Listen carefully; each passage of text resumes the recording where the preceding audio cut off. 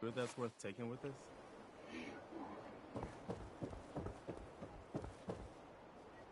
Hey. I'm listening. Hold up a sec. Apparently the castle's been trying to get you on the radio. Some kind of situation over there. Better go see what's going on. Hey. What is it?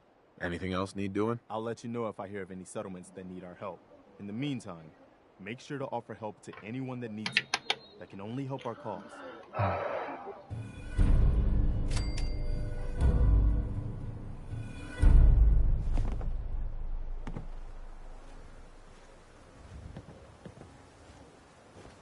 ashamed of myself. There's no other way to say it.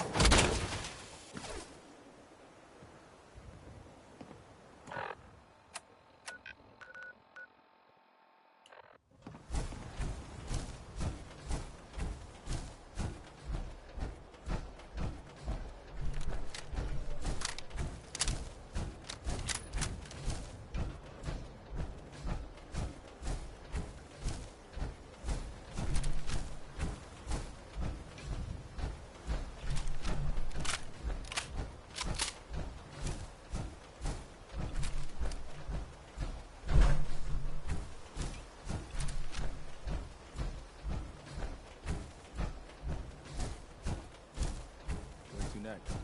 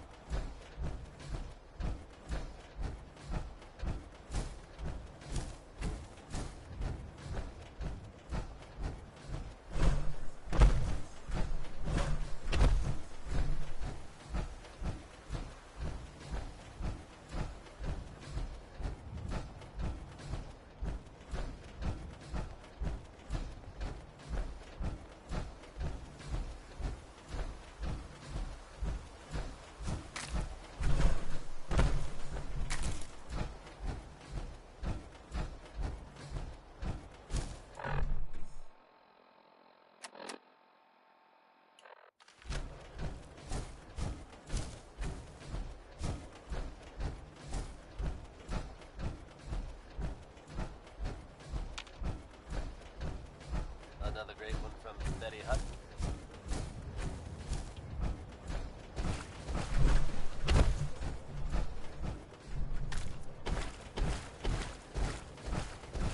Now, folks, I'm sure you've all seen or heard about the latest issue of Public Occurrences. Some bold claims by our intrepid reporter. Is possibly living among us, undetected. Very serious implications. Wouldn't you agree? The mayor's office has, of course, issued a statement denying the validity of the article, saying all is well with Diamond City. The mayor himself insists that the fears raised in the article are unfounded.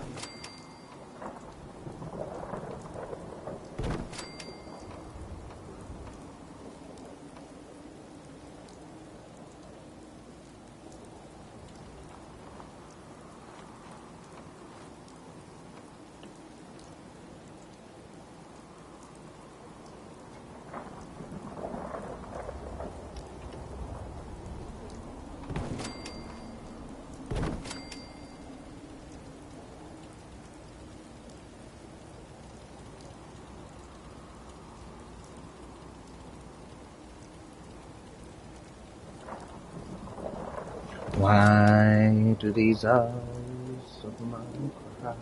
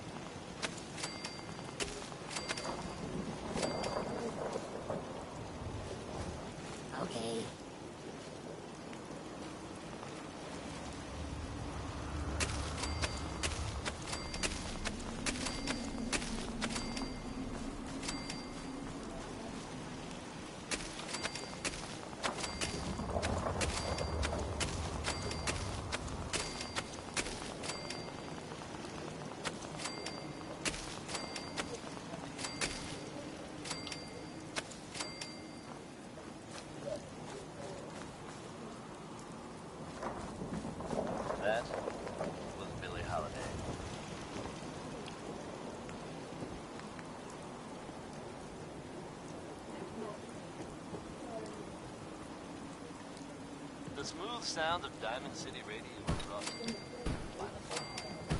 Commonwealth weaponry. It's a dangerous world out there. Protect yourself. Protect yourself. Now, Michelle Holmes wants this girl to crawl out through the fallout.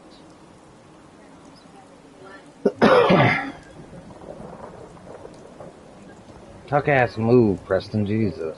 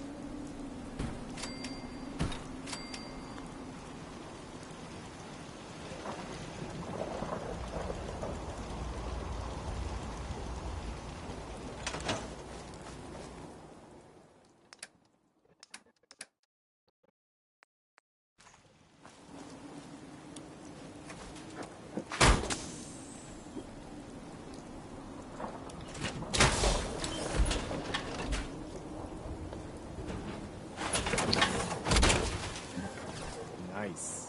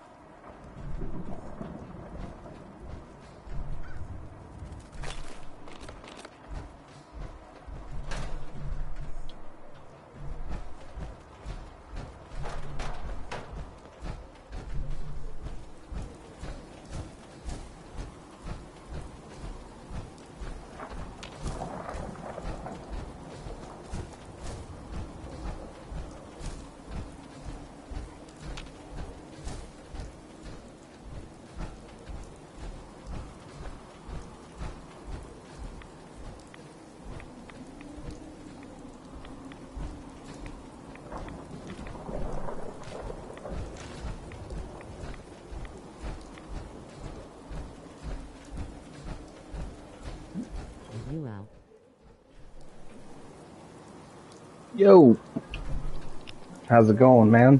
What's up, my guy? Not much, just getting off of work. Figured I'd jump into some Fallout. See what was popping off.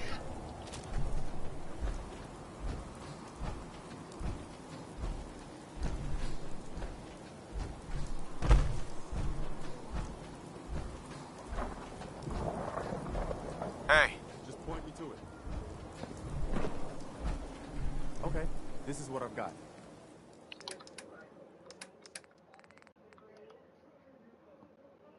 Uh-oh.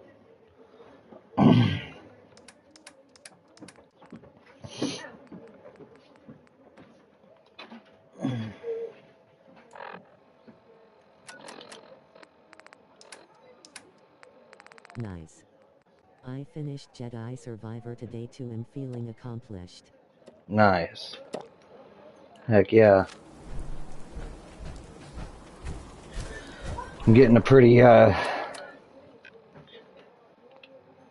good supply line built up for this side of the wasteland.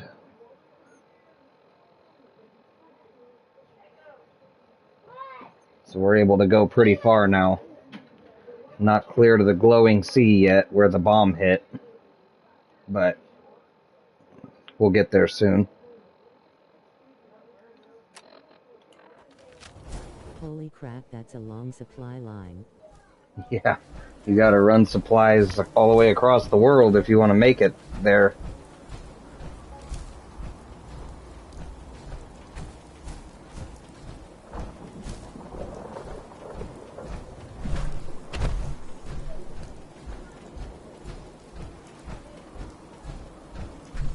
Like I said, our base was attacked, so I'm trying to go home and assess the damage.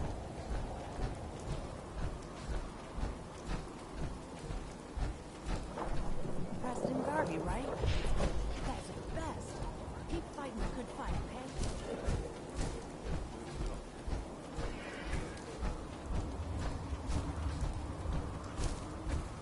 okay? Because my main water... Defense is right. Oh yeah.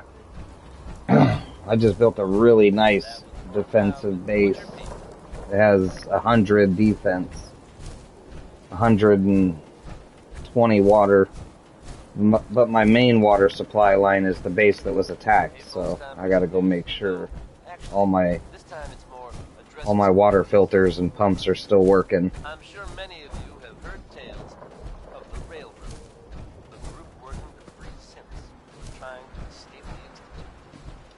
While it's impossible to say for sure, they may actually be out there. If so, it makes sense that they're keeping a low profile. And I just unlocked the new science, so I just unlocked some new turrets. I can get missile launchers and or missile turrets and heavy laser guns and all this now, so we're really going to be able to start building them up once we get the supplies, of course, to do it. The metal and all the aluminum and screws.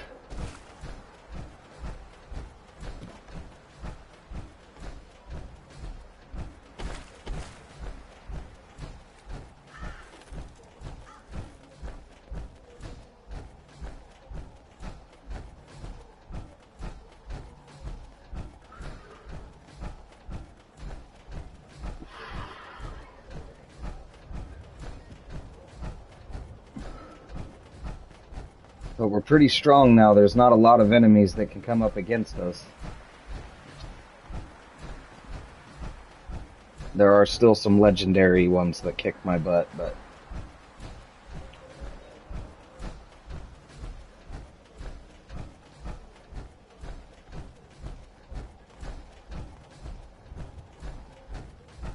nothing too crazy yet.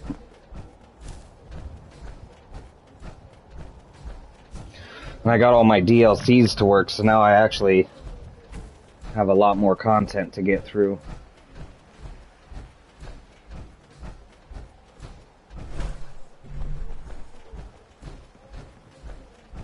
It wouldn't let me restore my licenses. Probably takes a lot to build a massive base, huh? Oh yeah, a lot of materials. You gotta like harvest the whole wasteland. You're getting quite a power armor collection though. These games aren't online, are they? They have Fallout 76, which was like it tried to be online, but in my opinion, it was the worst Fallout they ever made. It didn't make sense to the way Fallout plays.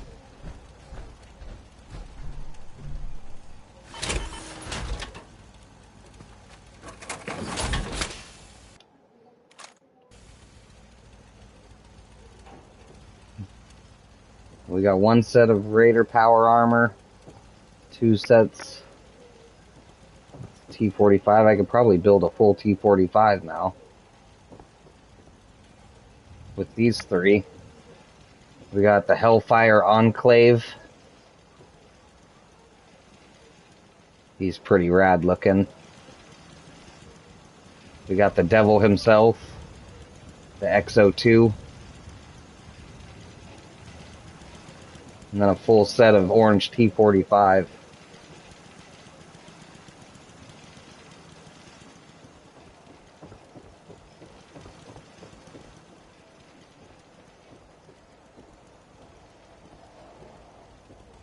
I got a little shop set up. Still got to find someone to run my clothing store.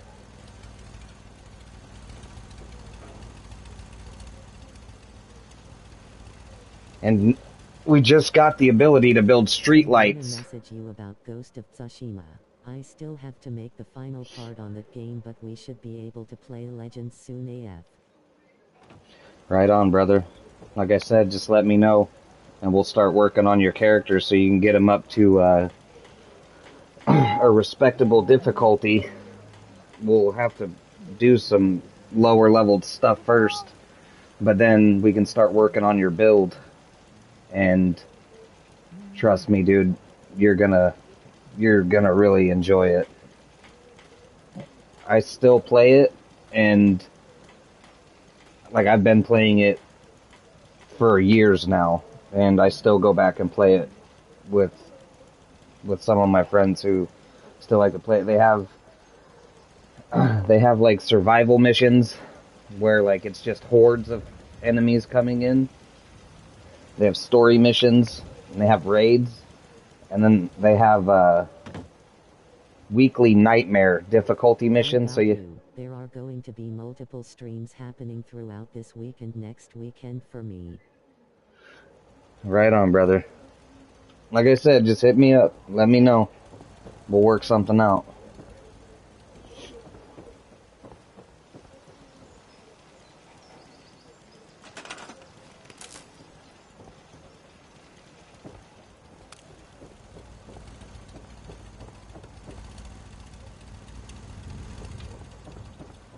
Definitely it's gonna be fun. Oh yeah. Playing Legends is one of the funnest things there are. I hope we can find a good raid team so we can have a fun raid, because the raids are really crazy.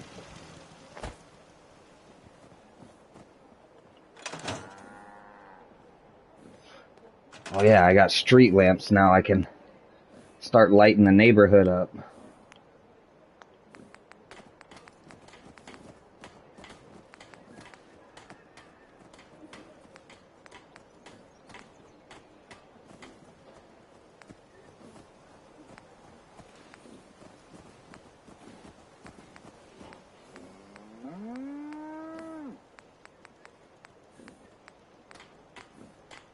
Wow, they added all kinds of new lights in here. There's Christmas lights, string lights.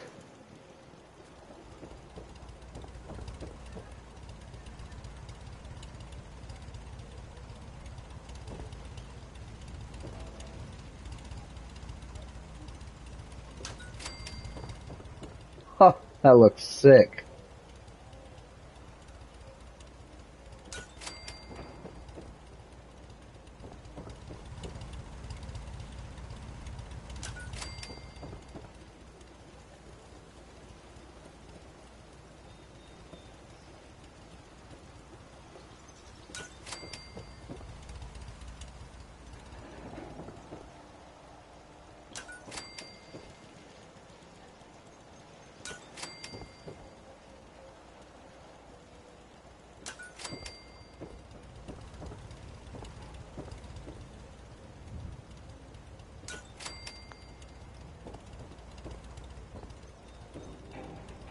That is crazy looking.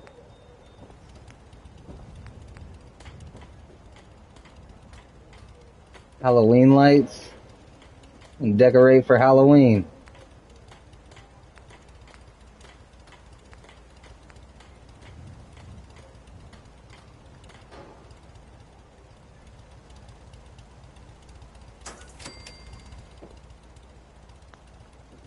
Oh, that's freaking crazy.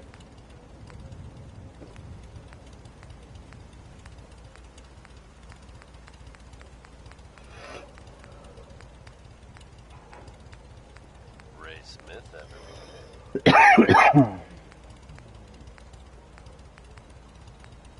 Freaking super cool. Hey everyone, Travis Lonely Miles here, bringing you the type of news you just don't hear about every day. Word is that a group of soldiers from the Brotherhood of Steel was sighted in the Commonwealth recently. Things got hairy for them at the old Cambridge police station. How hairy? It's like we got enough to do one row. Sure. But I've heard about the kind of I don't know if I firepower want to those waste guys all my carry. copper on that though. Couldn't do any Not better. yet. They're fine now, thanks to everyone's favorite vault dweller, who happened upon the scene and lent a much-needed hand. Good job surviving out there. Best of luck to We're all getting there. involved in the future. Here now is Bob Crosby with Dear Hearts, Gentle People.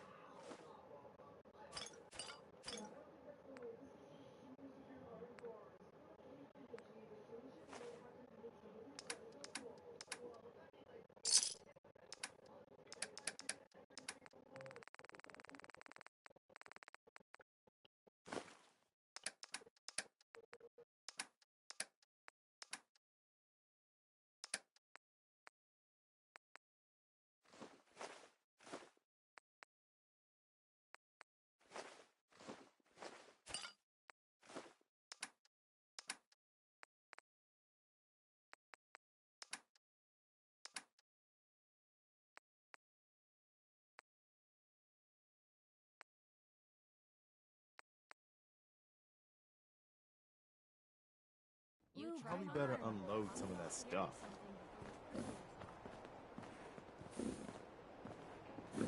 Huh? Carla. Need to pick something up? Road's pretty long from here. I've got a few minutes to browse. I got a little bit of everything.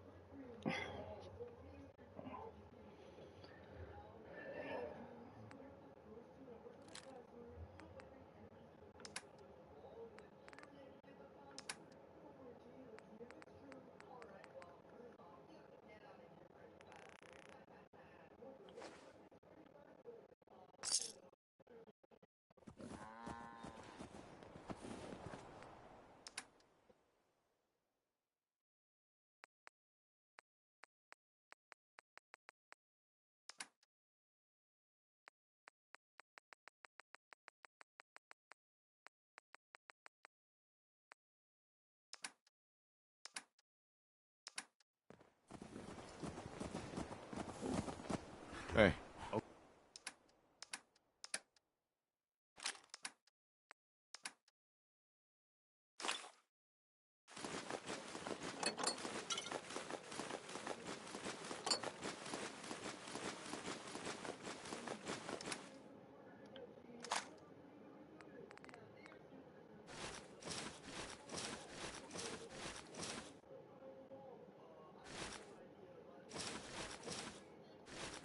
Okay, what am I doing? Carla.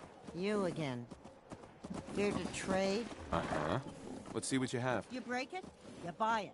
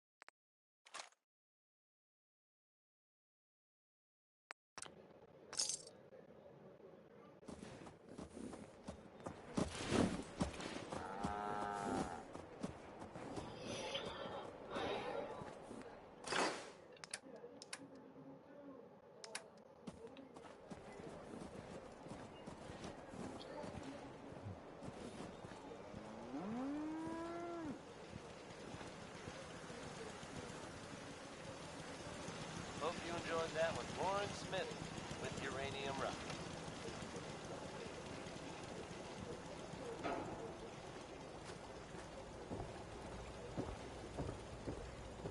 Diamond City Radio wouldn't be possible without the help of some wonderful businesses here in town. Commonwealth Weaponry. It's a dangerous world out there. Protect yourself. Protect your family.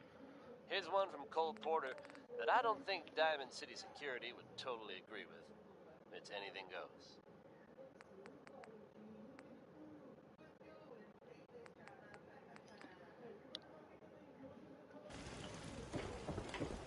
Heads up. What you need?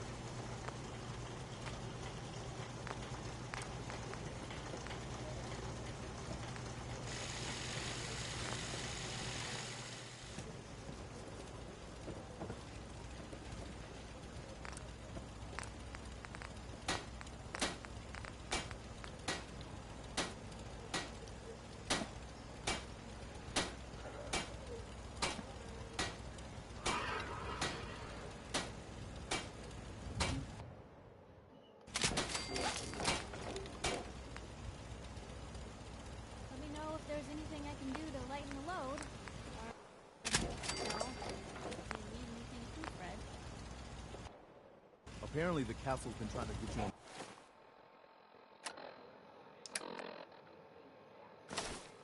Radio. Some kind of situation Heads over up. there.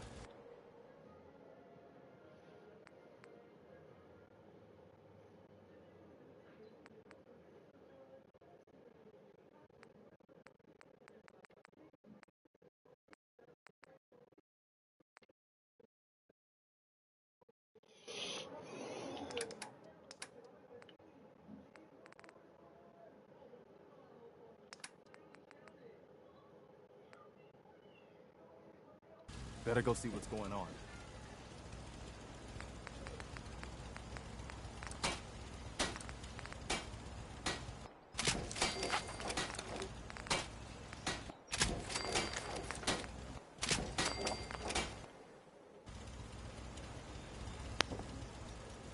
Look alive.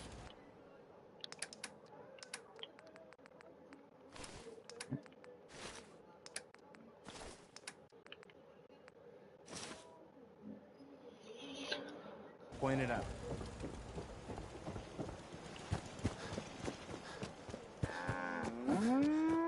Huh? Hey, Carla. Need to pick something up? Road's pretty long from... Sure. Let's take a look. Yeah, keep your shirt on.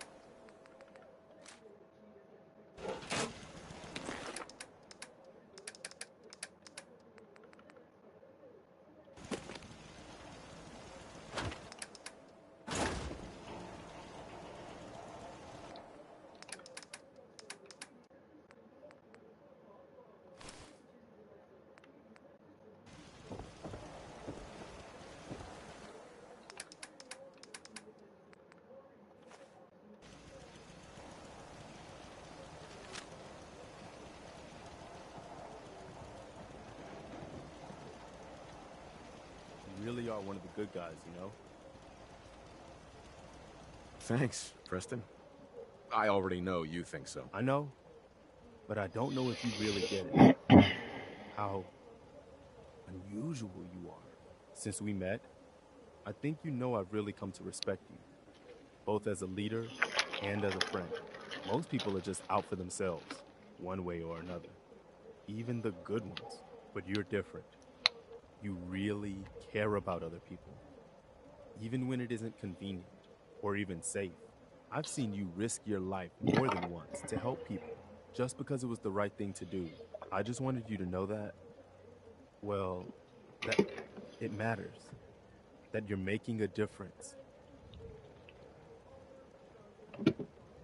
You just described yourself, Preston. I hope you realize that. Quite the mutual admiration society we've got going here, huh? No, but I hear you. And thanks. Let's just agree to both keep that in mind going forward, huh? All right, enough chit-chat, huh?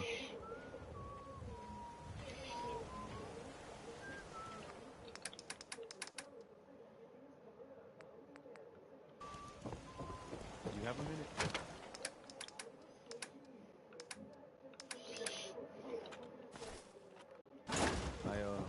Well, I wanted to talk about something. Yeah, go ahead. I've been thinking back lately on how things were for me when we first met. It was the lowest point of my life. I mean, all my closest friends were dead. Everything I believed in had turned out to be a lie. I'd failed everyone who ever relied on me. I'd led them to Concord, and we had no hope of getting out alive. The thing is, that was actually okay with me. I was ready to die. It was what I felt I deserved. It was what I wanted. Travis Lonely Miles here, bringing you the type of news you just don't hear about. You did your best, Preston. Word is that a group You of can't blame soldiers yourself from for what Brotherhood happened. I knew it wasn't all on me, sighted.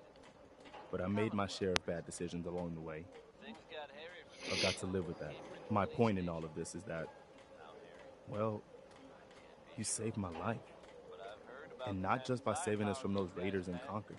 I mean that you made me want to keep living again. Everyone's favorite vault I guess dweller that sounds pretty sappy, happened upon the scene and but it's lent true. a much If we hadn't met, or if you killed those raiders and then just taken off, best of luck to all I involved. don't know if I'd still be around. I think I would have found some way to, It's a man, you know, Betty Hutton. end it. Maybe not by shooting myself in the head or anything, but just by not caring about staying alive. So I just wanted you to know that. How much our friendship has meant to me. I'm glad you decided to stick around, Preston. The world needs more people like you. Well, now you're making me embarrassed. I hope I didn't make you too uncomfortable telling you all that. I just felt like it needed to be said, you know? I guess we should get back to it, huh?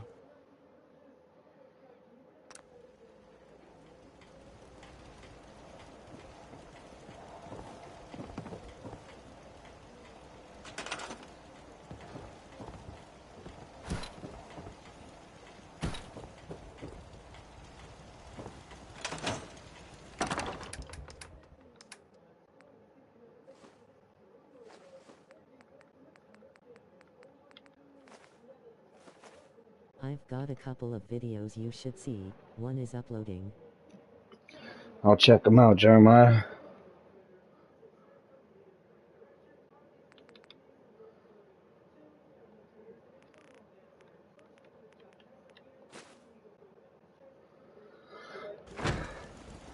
For sure.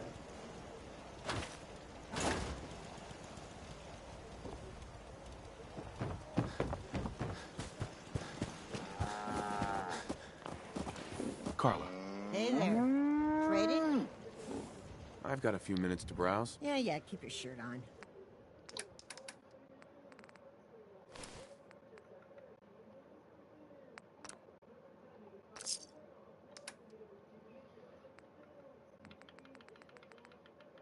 Never thought a reporter could consider themselves a success until someone threatened their life.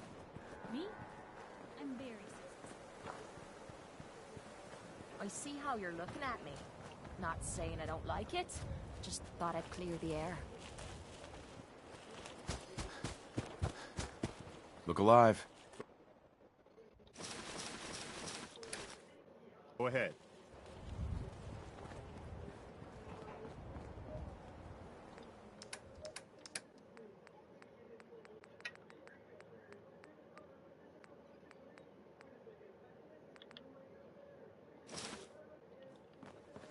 Nothing stays hidden forever.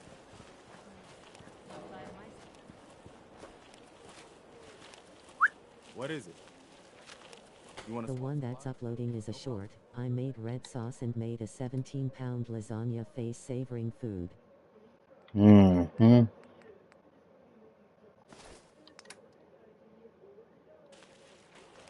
dark out. Maybe we should find a place to bed down coming for the in night. pretty good. I don't mind hoofing it as long as there's some excitement at the end of the road. Ready to head back out? Ready. Good. Then let's get moving. All yours, Kate. Take care. You really know how to make a girl feel missed. Handsome.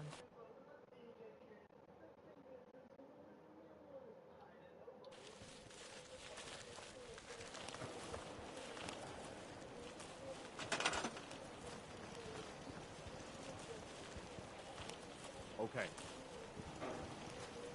You lay down to eat it. Your tongue will send your brain out of one of your ear canals.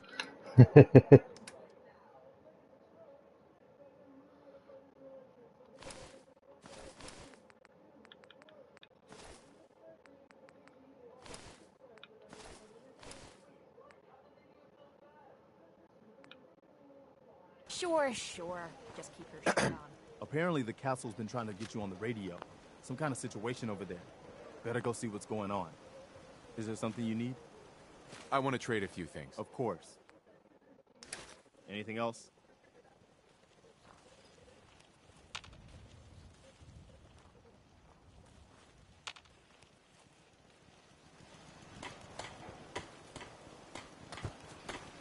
Hey. Point out what you need. Oh shit.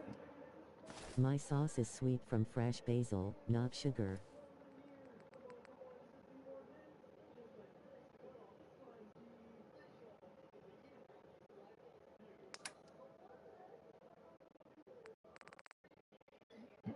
Nice.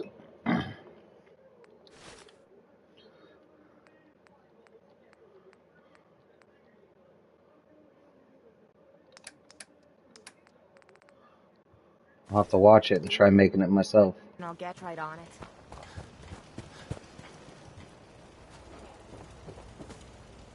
I don't ask for much. Just need a full bottle and some bones to break.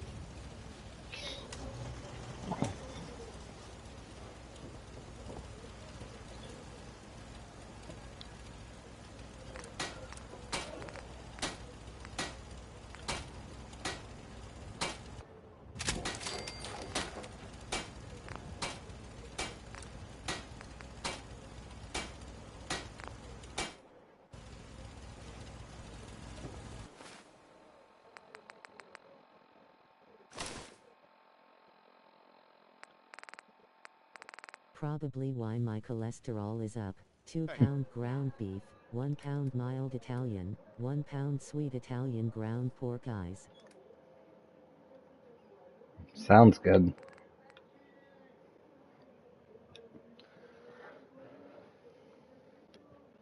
My recipe is for 8 quarts at a time. I'll definitely have to give it a look.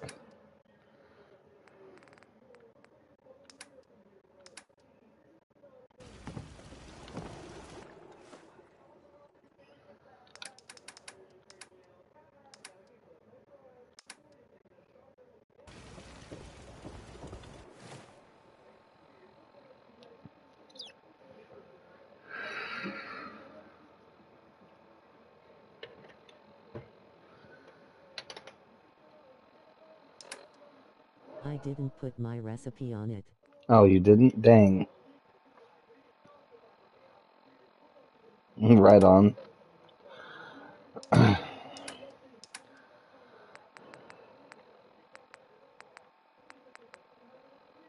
It's taken me 46 years to perfect. Yeah, it's hard to give up a good recipe.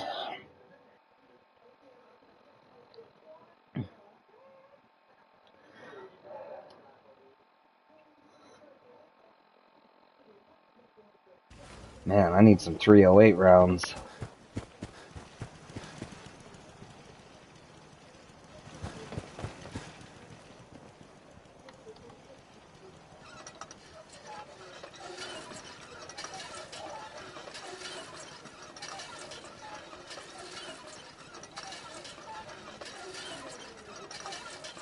You're a chef, plus this is time consuming, 4-5 HRS. Yeah, any good red sauce takes a long while.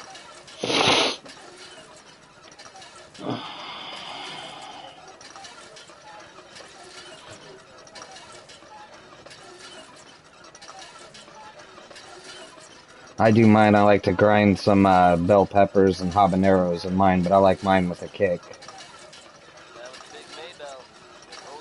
I like to blend my tomatoes, my bell peppers, and spices, and my spicy peppers, and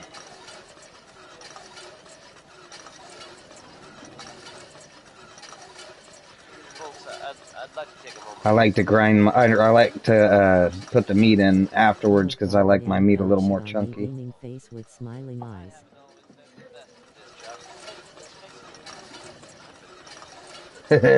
Right on. I can feel that. I've decided to change how I look at things, how I live my life. I'd like to just take this opportunity to thank the Vault Dweller for lending me a hand. I don't know why my water's not going up. Italian has to be fresh. Yeah. For sure. I repeat, not a woman. Where do you want to leave that? Same with the herbs. I guess I'm gonna have to drink a bottle of water. Okay, it's the rest.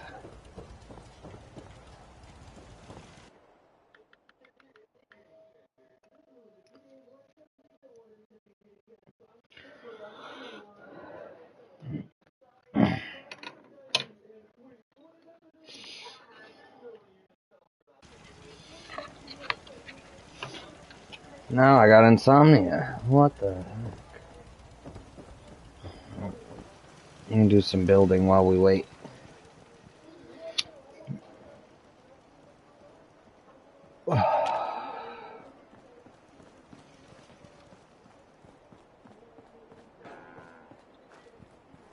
Go ahead and get our... see what we can do for water.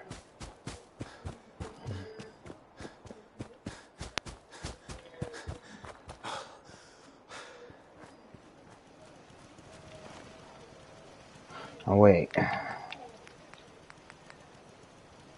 Need one more science rank, and then I need to collect some aluminum. And then I can have all my generators back. I think I'll wait for this, actually.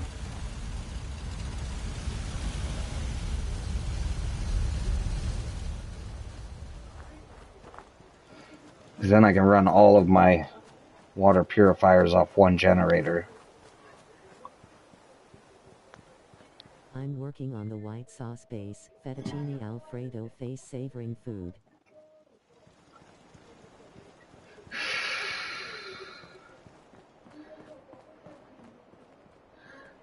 That's my wife's area. She does the fettuccine in our house.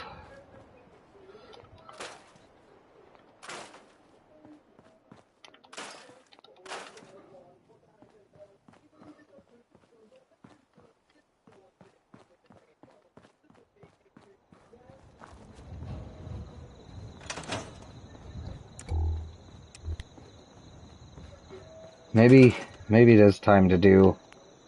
I should own an Italian restaurant.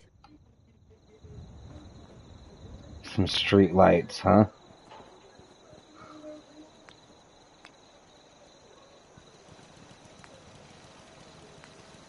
Wonder which ones are better.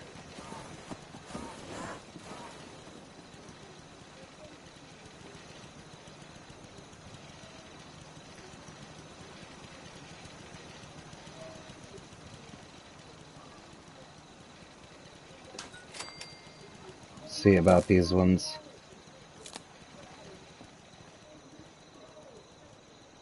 Those look alright. We'll just stagger them across. My buttermilk biscuits and sausage gravy are to die for, and you will eating these things on a daily basis. Like this.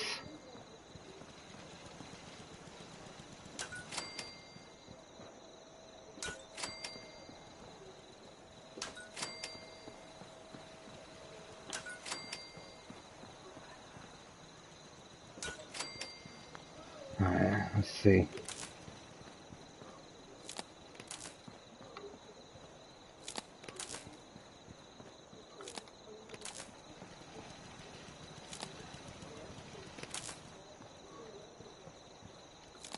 I learned what I needed to know from Hardy's years ago.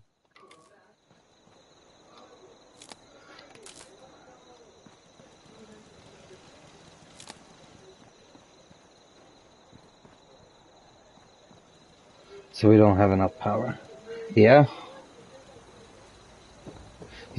All you really need is a little bit of experience, and you can do some crazy things in the kitchen. That's for sure.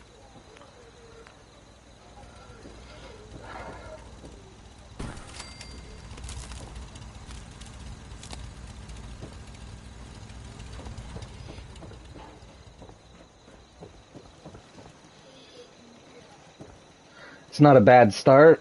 We got light for half the town. Still says we don't have enough power to power the whole place. What are we missing Red here? sauce is expensive.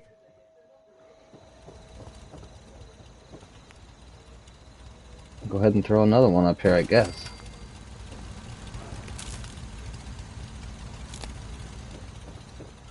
Yeah, well, during the summer, if you grow your own tomatoes and peppers,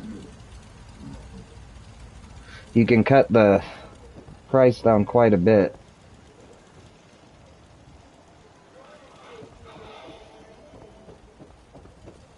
In my yard, I got wild garlic that grows, so I don't ever,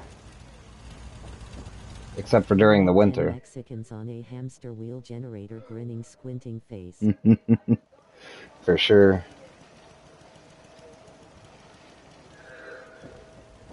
I've got 4 extra power slots, so I got enough for 4 more street lights. I grew it all 1 year, canned 8 cases. Yeah, see, that's where you gotta have a lot, because if you're like me, I get torn between red sauce and salsa.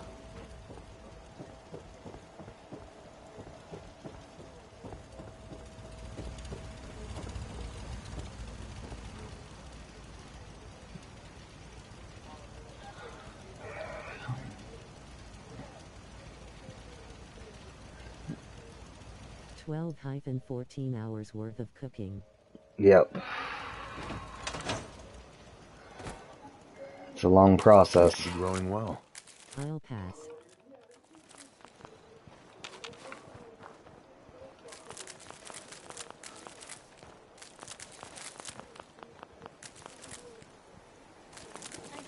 Don't it one season.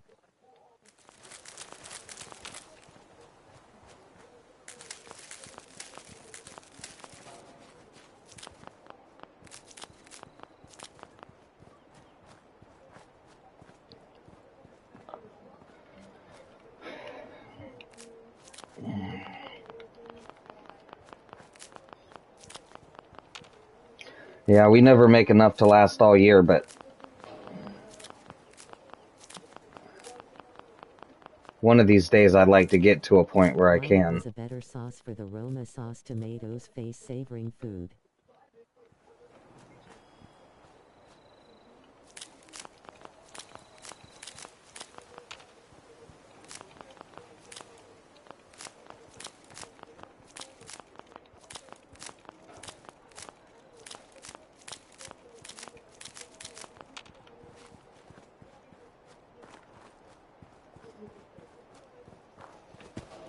That was 5 stars.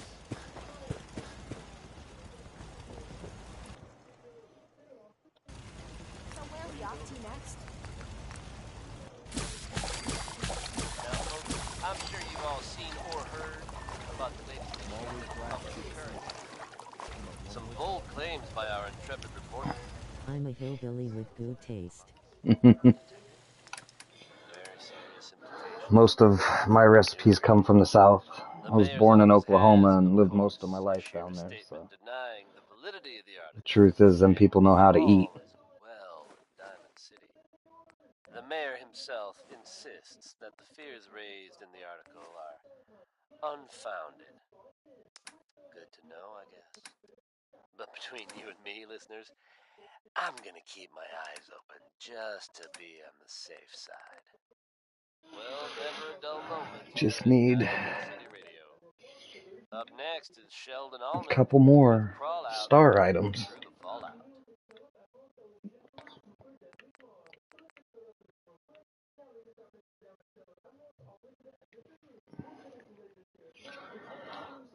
I need a right arm and a right leg.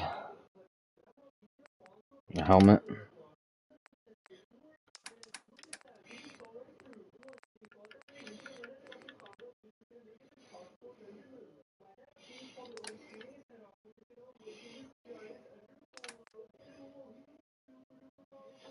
I raised creasy greens 1 year for a cover crop, $1 LB. These things sold like crack.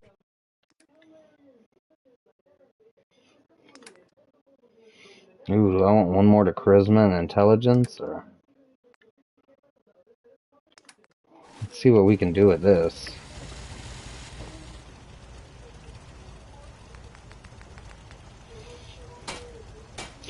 Yeah, I know when I make my Hungarian pigs in a blanket using my grandma's recipe, I'll make about 40 of them, and they never last more than, you know, it seems like as soon as they hit the table, they're gone at a party, so I feel that.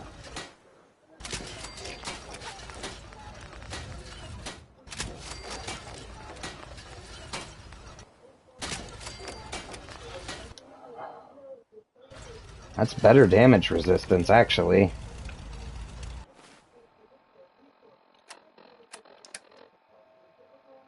Not as good of energy resistance, but it gives me 1 charisma and intelligence.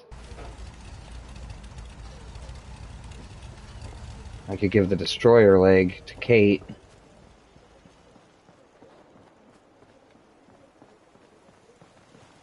Hey. What is it?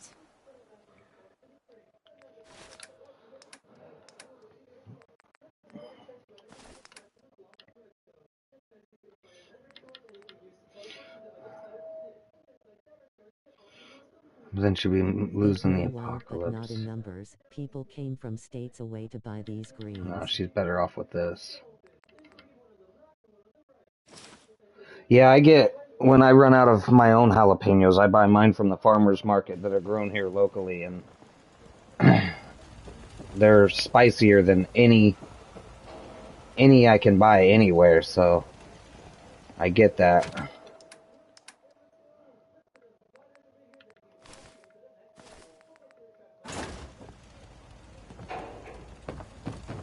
You can't even buy these greens.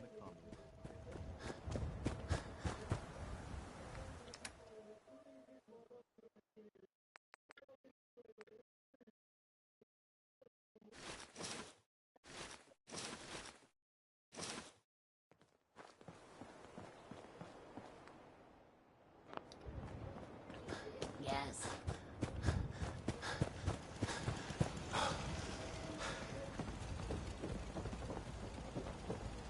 You know what? Since we talked, I'm feeling swell. Look at the two of us here in sanctuary, prepared for the future.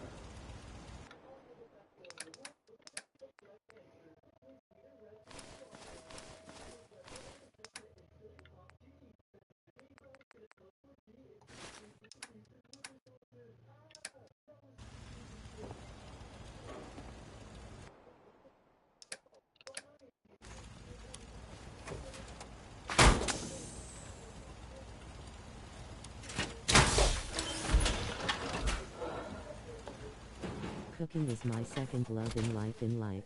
Wrenches is my third.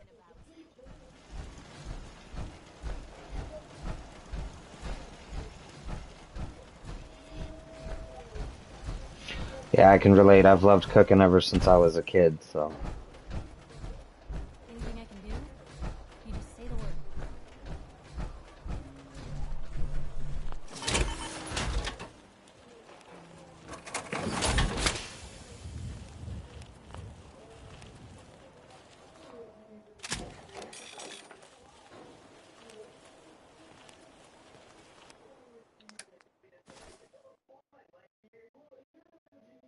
Everyone else growing up burned it all.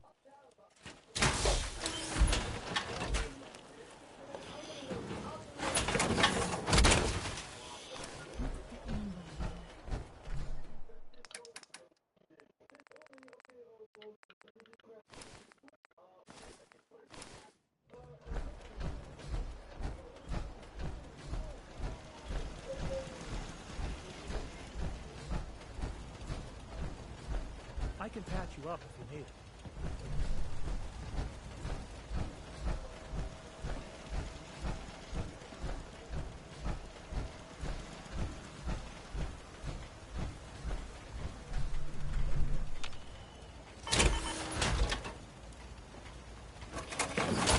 So now we have a Hellfire and an Enclave Hellfire.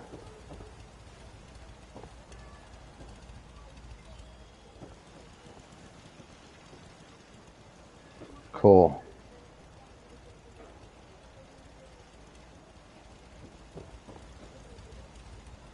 So the only one that's not a full set right now is that one.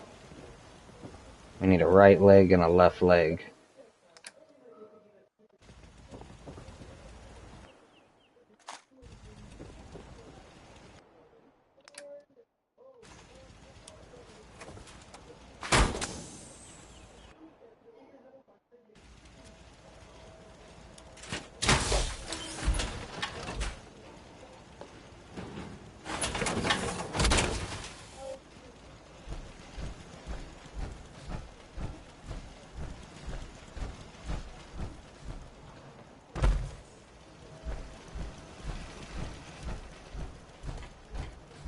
At least it's not raining.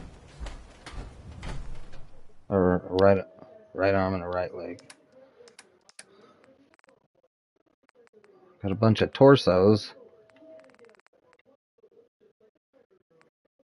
Apparently the castle's been trying to get you on the radio. Some kind of situation over there. Better go see what's going on.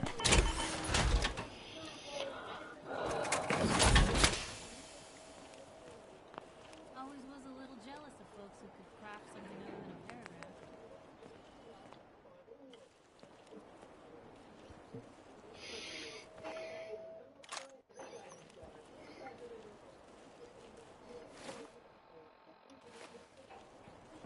That one's kind of a mixed match of pieces. Alright, just go cure ourselves and... How's the playthrough going?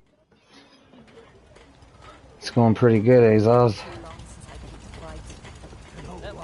Excuse me. If you need fixing up, let's get a look at it. Look at the two of us. Here Patch me in up, Doc. Tell me your symptoms. I'm pretty beat up. Huh. You look fine, but... Oh, wait. I've got a pretty good supply line going. I got some pretty good armor and weapons going, so Done. Now, it's all starting to go pretty well. I'm still impressed you maxed all skills in survival mode. Thanks, bro. That was a challenge. done. Now, We're doing it in Fallout right now. The only difference is in Fallout you can't save unless you're in a bed, so it's crazy. No other complaints. all right. Don't ruin my hard work by dying out there. You've given up Skyrim, crying face. 2 centuries with this ugly mug. I haven't given up Skyrim. I'm just Not many doctors are playing something else for the moment. take a look at it.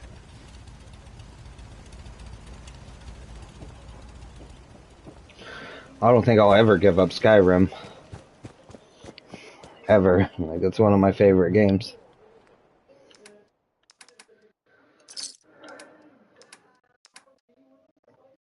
Do you guys like Lego games? I know they're for kids mostly. You'll play again, way in the future. Not way in the future. I'm probably going to beat this one. And once I beat this one, I'll probably do a Skyrim playthrough while I look for another game. I know a lot of people were saying they wanted to see me play New Vegas. So, I don't know. I don't think my next Skyrim playthrough will be in survival mode, though. I'll probably just play more for fun. I loved Lego's Force Unleashed.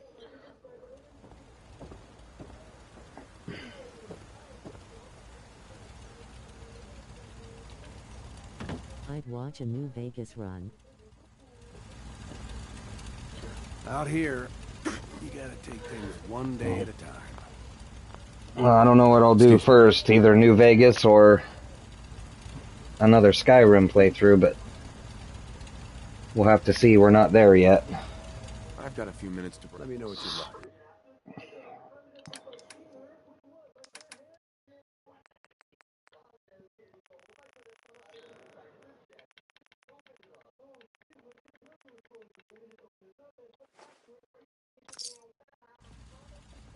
Yes? Hey there. Need armor? I'll take a look, sure. Great. New Vegas has hardcore mode. Yeah, it does.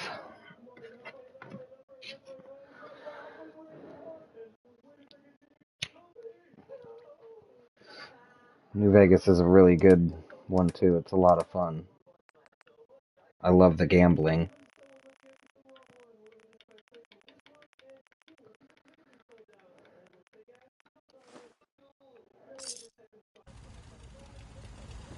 Raiders thought we were easy pickings.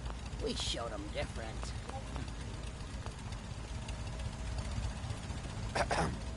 I'm sure I've got something you need. I've got a few minutes to browse. Great!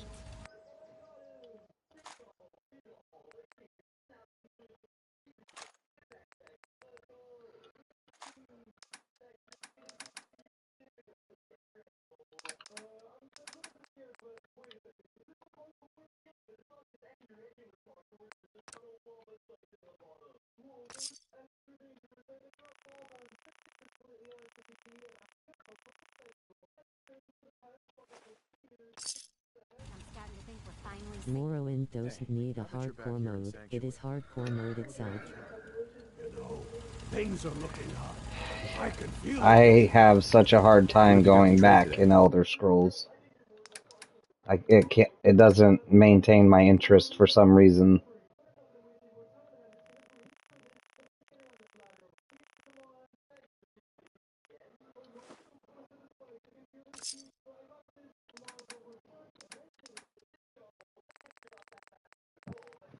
It's nothing against them because when I was playing them, I loved them.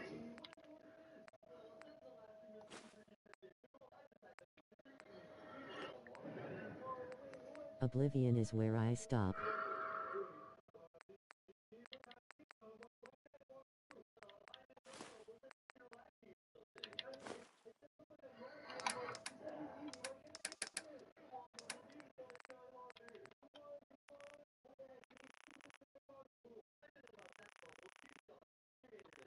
The SO stuff is garbage.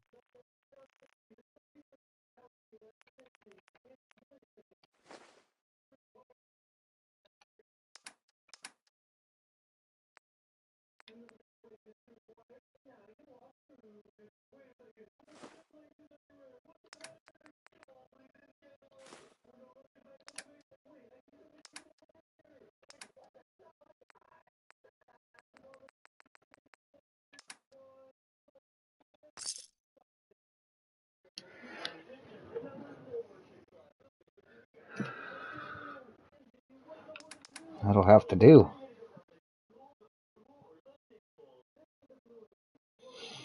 know what?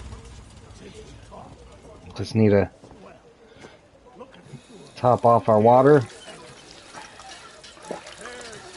and our health, and then we're ready to go back out into the wasteland.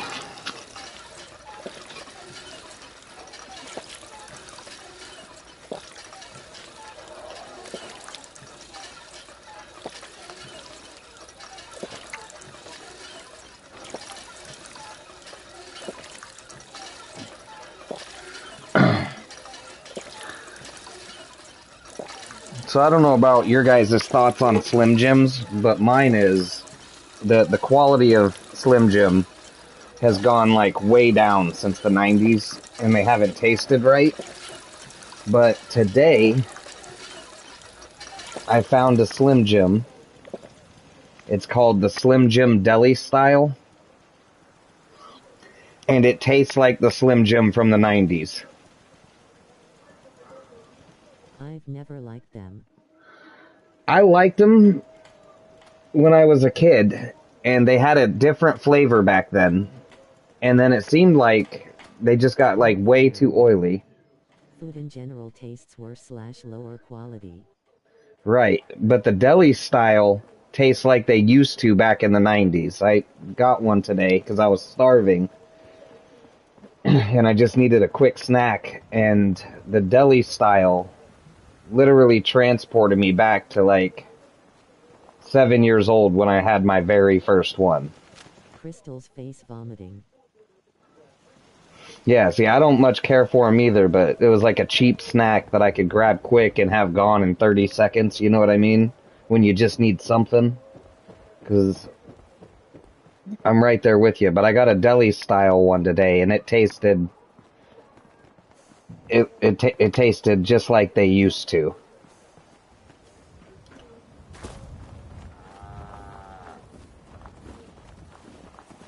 Because they were good once.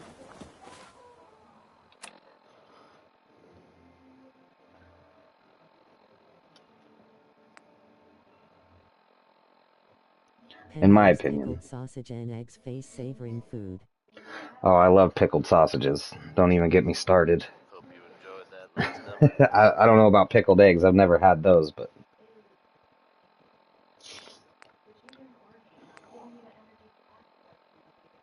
Hello everyone. If you're from out of town, be sure to visit Hey, Rod. It's safe. Welcome back, brother. Thanks for stopping by. Quality establishments like this. Commonwealth. We got Nordhagen Beach. Just the brand Penrose for me. Yeah, Penrose's pickled sausages. Yep, that's my jam right there. This one will pick up your spirits for sure. Frick yeah, man. The only place that sells them in my state is Aldi's. Do guys like liver?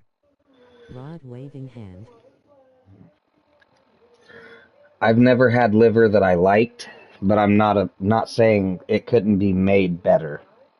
But the liver I've had hasn't been good.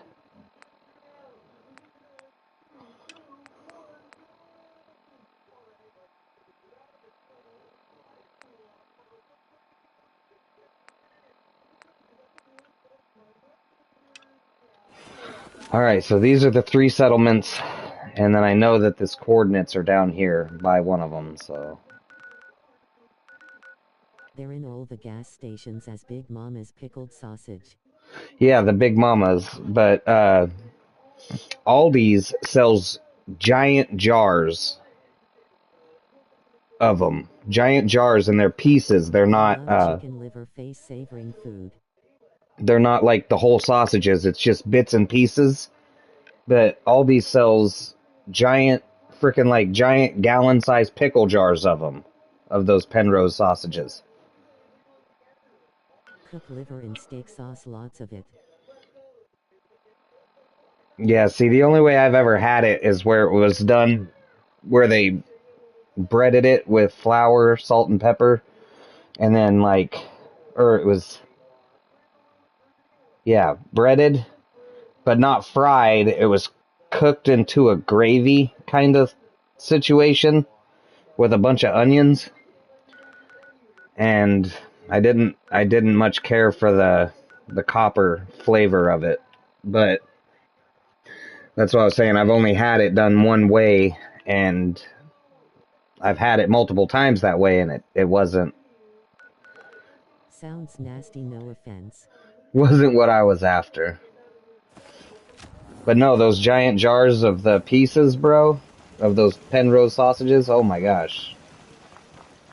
You could sit there and eat them till you get sick, you know what I mean?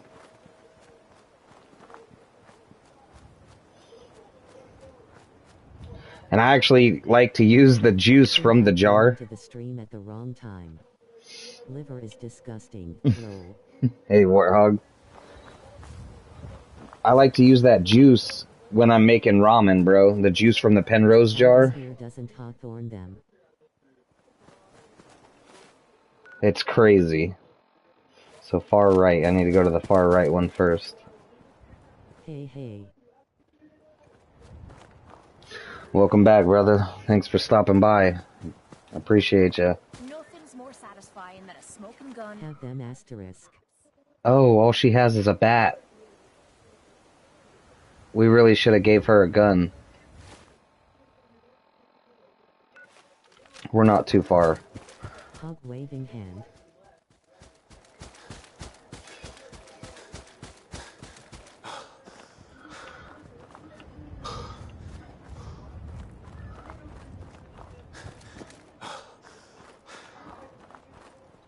I can't believe I forgot to check her weapon situation. I'm here quite often. I just don't say much. Nope. No, but we appreciate you when you do. Hey Jeremiah. Bang!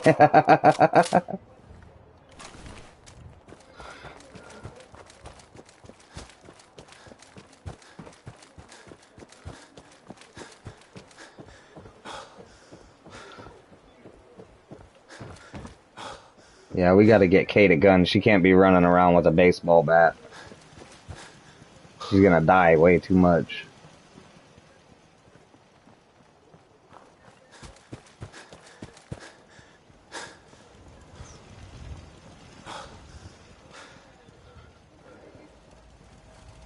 I grew up eating Penrose.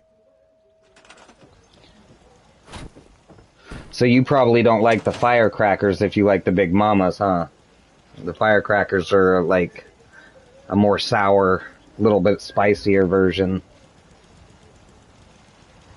How do you ride on gowns? I'm sorry, I don't know what vegetable is and I don't know how to write it in the translator. Think Kate prefers shotguns. I gotta try that, you guys are hyping it up. Transfer, okay. 44 pissed off. Like hot sausage. Also, another thing about those Big Mama sausages that is freaking awesome, I don't know if you've ever tried this, Jeremiah, but if you're ever camping and you have those, and you have a campfire, roast one like a weenie, bro, and cook it. They are incredible. Hot on a bun with spicy brown mustard. I'm not even playing around. Sausage is my favorite. It's unbelievable. It sounds weird, but we did it one year. Flour face savoring food. Unbelievable.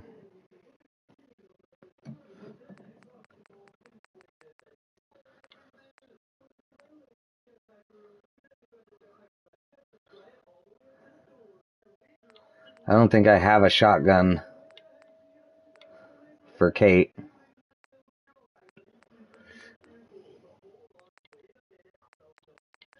And I don't like cauliflower unless it's pickled.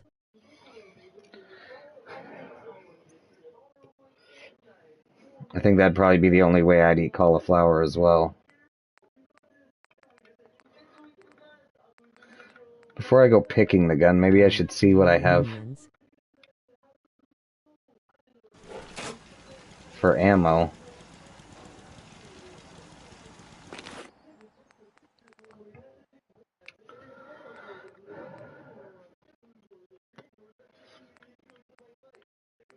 Liver and onions face savoring food. I'll eat any veggies raw, but not cooked. Yes, Adazos righted, thanks. The way you write on your guns, sorry, I just seen this. The way you write on your guns is at the weapons workbench. Cook it in steak sauce, Jeremiah, trust me.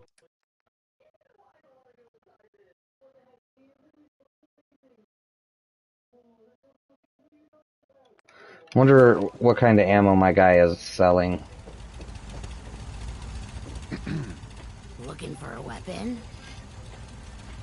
Let's see what you have. Let me know what you'd like. Looks like 308. Liver and onions. Or .38. I'm gonna have to make her a pipe pistol. Or a pipe rifle. Thanks to Connie Allen for that trip on Rocket 69. All .38's gonna go to Kate. Alright, so we gotta go grab that pipe pistol off that raider we just killed down at the Red Rocket. In a mushroom gravy winking face. Folks, I'd like to take a moment for something a little more personal. See, and I'll like As I'm sure tear you up know some I haven't always fried been the pork best fritters Hey, let's face it. or chicken fried steak and a mushroom gravy. Thanks to the efforts of a few of my friends, But I've decided to change how I liver has like this metallic live taste, my life. like I'd like sucking on to take pennies this to me. opportunity to thank the Vault Dweller for lending me a hand. That I have a real hard time getting past. I'm sure there's a way to get rid of it. Folks, I love the flavor of mushrooms, but I hate the texture of them. let's get it on back to the beginning. See, and I like mushrooms, but they have to be piping hot, like almost burn your mouth hot. Standing gentleman named Butcher Pete. If they're, It if, tastes like blood face savoring food. yeah. And I've had blood sausage, and I think I had blood sausage before I had liver, and I think that's what Isn't really liver the turned me body's off of it. filter?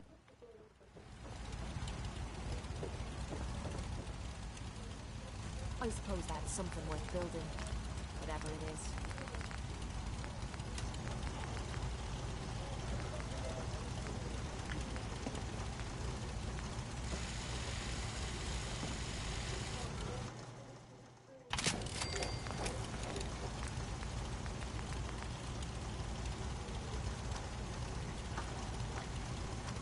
I like my steak still bleeding.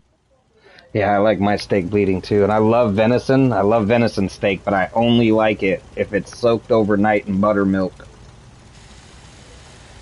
Because the buttermilk, the vinegar in it will strip some of the oil out of it, and then you cook it in like pork fat or beef tallow, and oh my gosh.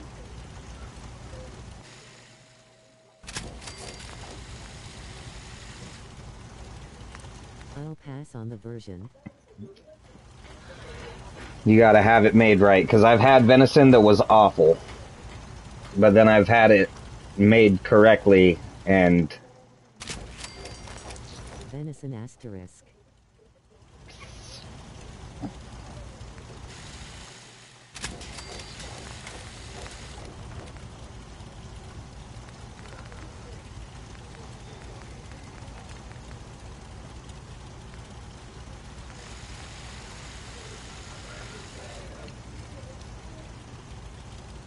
what it tastes like to me, Roast O. what it tastes like to me is if once you soak it in the buttermilk overnight and then fry it in beef tallow, it tastes like a steak. I've never eaten Bambi, but Pooh Bear taste are pretty good.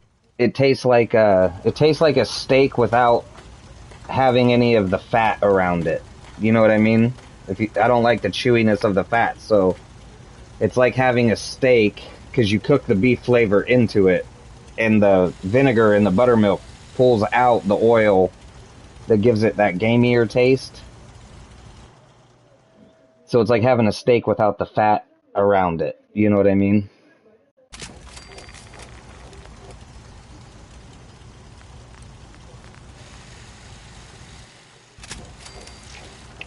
I don't know, it's hard to explain, but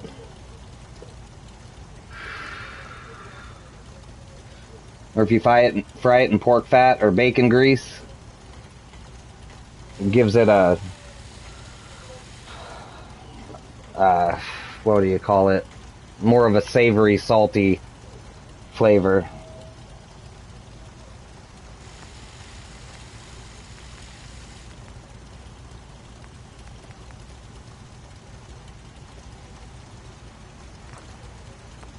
This will have to work for now, Kate.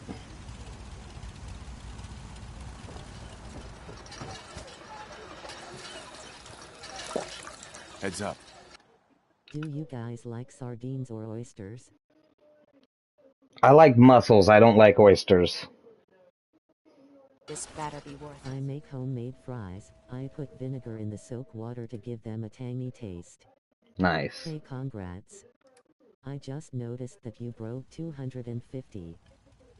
Thank you. Yep, we're at 262 now, I think. I hate seafood. And see, I'm a huge fan of certain seafoods.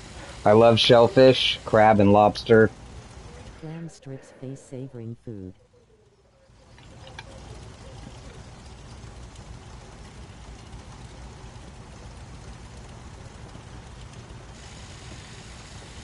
Salmon is good.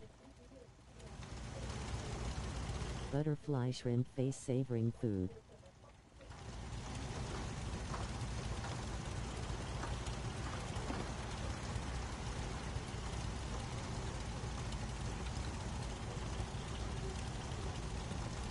Shrimp is really good. I only like Cajun shrimp on a skewer, and it's got to be fried over Long John open Silver's fire. face-savoring food. I'm a very picky eater.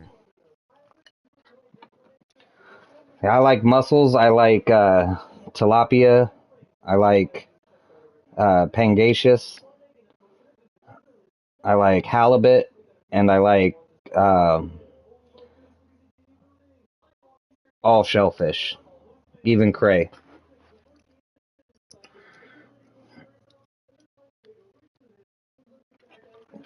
Not a big fan of salmon, but I can eat it if it's made right. It can't be well done, and it has to have an egg on it. Isn't tilapia fake fish? Lake fish, yeah, it's freshwater. Tilapia's freshwater. Lobster face vomiting. You see, and if you soak it in a brine overnight, it gets rid of a lot of the fishy flavor. And that's the weirdest thing about fish. Hear me out on this. The strangest thing about fish is the only compliment you can give a fish is to say that it doesn't taste like fish. He said fake, not lake. Oh. Tilapia is not fake fish. It's a...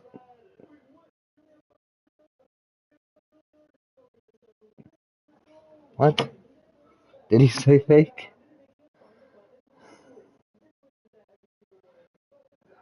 I don't think it's fake fish. Now you got me questioning. Fish. Yeah.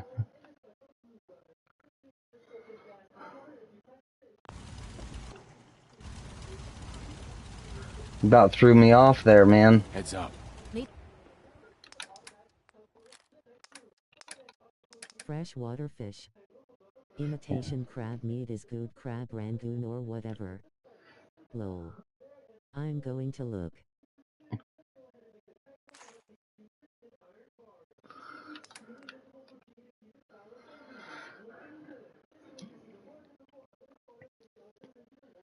Something?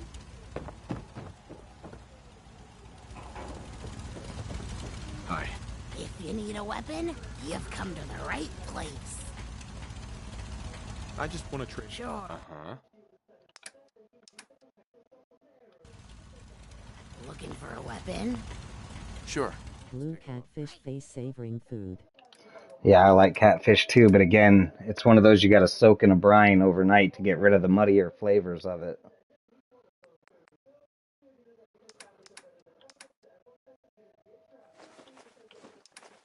That was Personality by Johnny Mercer.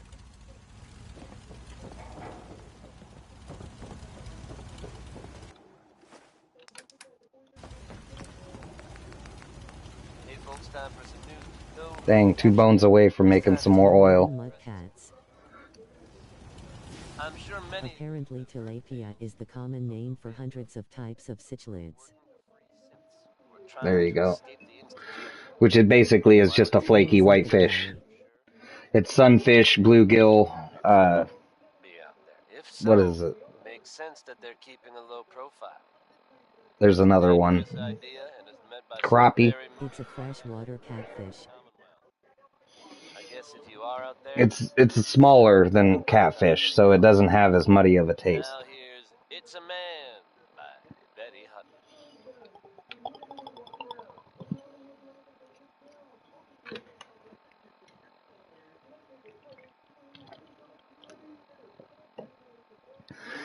Hutton. Catfish are purely bottom feeders, and sunfish, bluegill, and crappie, whatever you call them. They eat bugs on the top of the water, so that 50-pound blue cat's eyes. they're not, why do I weigh 170 pounds? Yellow catfish are the bottom feeders. Yeah, a lot of catfish are bottom feeders. Like, catfish will eat anything. That's why it's recommended you soak them in a salt water. Like a carp. Yeah, and carp is not good fish. You won't catch me eating carp. Oh, it's because I bought more shotgun ammo, that's right. Okay.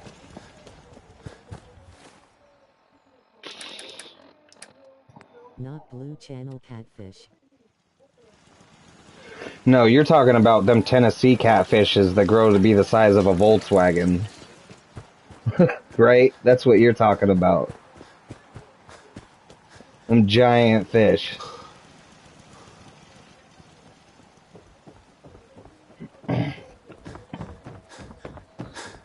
I know, when I lived in Tennessee, we had some blue channel cat, like, quite often.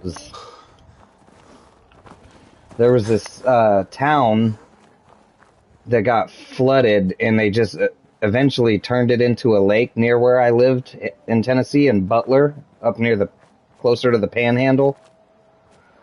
And you could go scuba diving and explore the town. And I swear, dude, sometimes you would see catfish down there hiding in buildings that you're like, I don't know if that catfish will ever leave that building. Survive.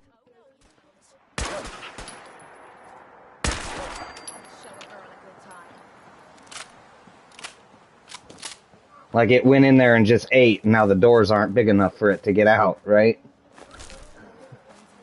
The only thing I catch whenever I went fishing is a buzz. That's fun. I've done that kind of fishing too. 6-pack and then bait the kids' rods.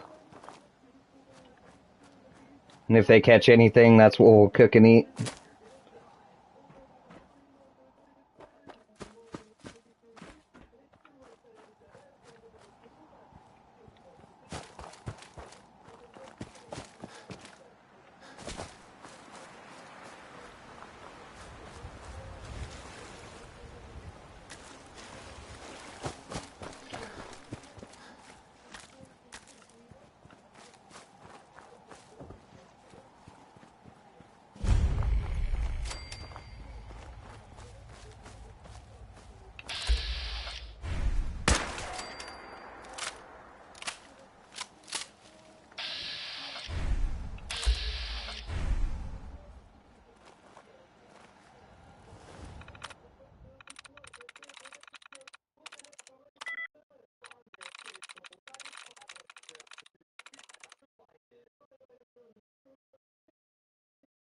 Sweet.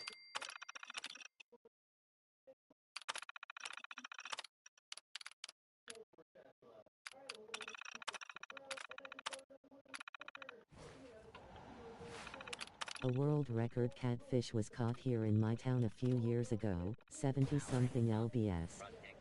I was the one that did the catch and release, very rarely put bait on the hook, didn't feel the need to make the fish suffer just for me too. Right. Speaking of liver, though, like, to go back to this, if you ever fish the Mississippi River, use liver if you want to catch some crazy big fish. My father and I caught 300 plus crap one January eyes.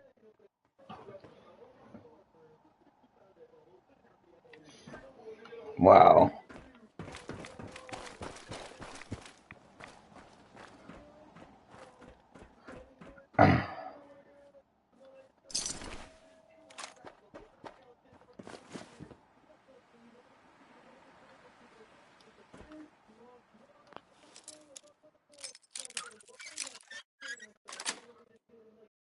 got it.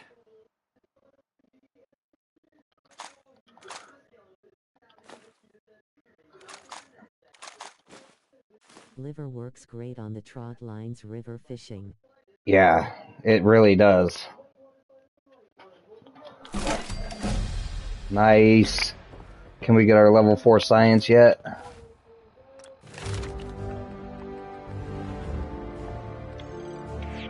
Not till level 41. Once we can get science to level 4, we can make a nuclear reactor. And once we have a nuclear reactor, we can really start building some crazy stuff in our town. I fished crab in Hawaii Rivers to fish it of. using the U-pole with the black thread. And then we took the baby crabs that we caught and we cracked them in half and used those to fish. And we pulled some crazy stuff. Some big, like, I don't remember what they were called. Some big, like, it almost looks like a giant rockfish. But it's not, I don't think that's what it's called. Hell yeah.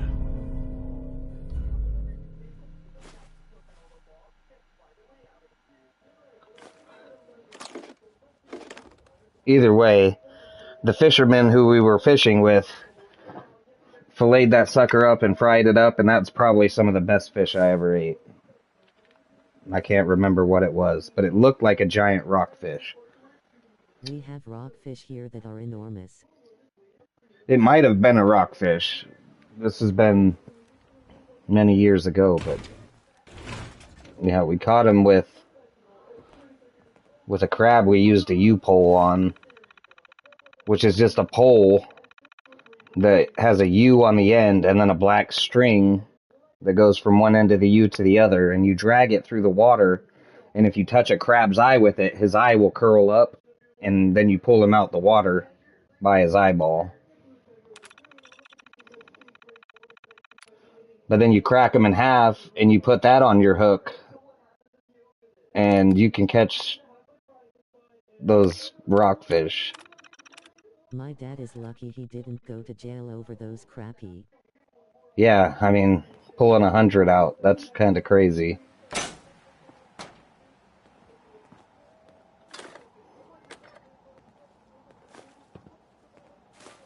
The crappies, or whatever you call them, carpy, crappie, they're actually really good fried fish. Because they're not big enough to... I've caught crappie with fins from smaller crappie grinning, squinting face. Yeah, they're crazy. They're not big enough to develop that fishy flavor. So, like, it's actually really good flaky white meat. Hey everyone, Travis Lonely Miles here, bringing you the type of news you just don't hear about every day. Word is that a group of soldiers from the Brotherhood of Commonwealth recently. Things got hairy for them at the old Cambridge. It's actually crappie, and they are the best fresh fish. Yeah. But I've heard about the kind of firepower those guys pack. Couldn't have been good. I know, but people here in my town would... It's like soda and pop. You know what I mean? Carpy, crappy. Good job surviving out there. And best of luck to all. People in my town call them carpy. I'm from the south, so we call them crappy, and... and it causes arguments every time. So, that's why I always say, whatever you call them. Right. I'm aware. I'm not going against you on that. I actually agree with what you're saying, so...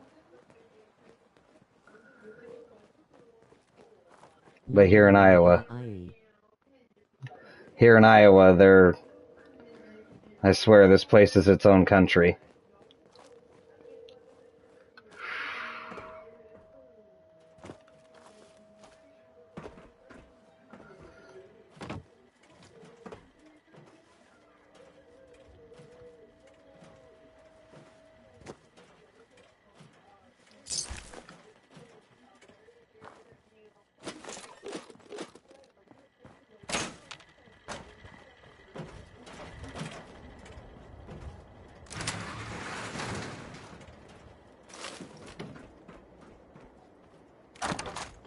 I don't want to associate a crappie with a nasty-ass carp. Right. Point. That time's long gone. I feel ya. Look alive. What you need? Yeah, crappie, bluegill, and sunfish, top 3 favorite freshwater fish. This is my favorite part of the job. They all have the same flavor. They all grow to be about the same size. Black people like carp.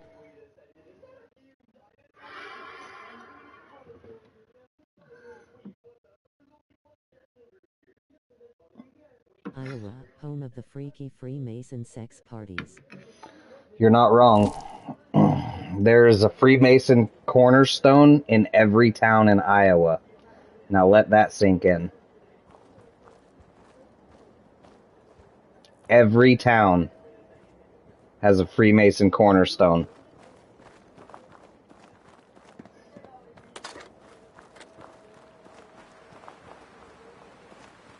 Every single town.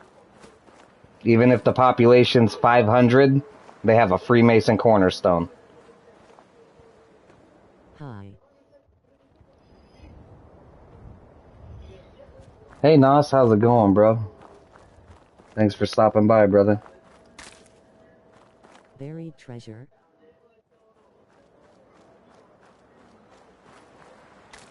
Not yet. I found a bunch of junk, but we gotta find a... I'm doing alright. Cool. Didn't know that. It's... Let's dig it all up face with tears of joy. You know what I mean?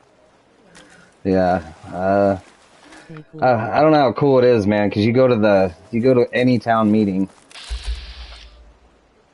and they don't care about anything you have to say. Like, it's all... Did you post that one stream? I did, but I had a lot of issues with it. So it was censored, and it was gonna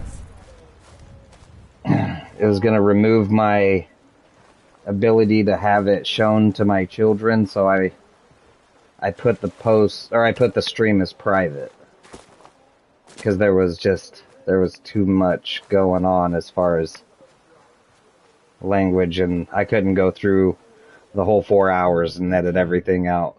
Bunch of corn cobs. Yeah, pretty much. Iowa, the largest cornfield in America. Home to some of the freakiest people you've ever met.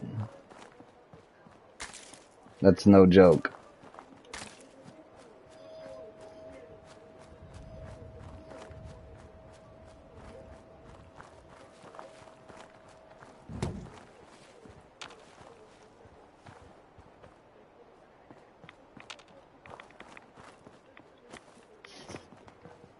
Wind turbines everywhere.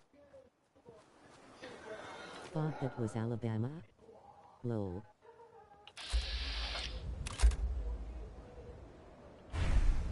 You might not be wrong. Sorry, don't have anything to sell. The Midwest is basically a giant cornfield.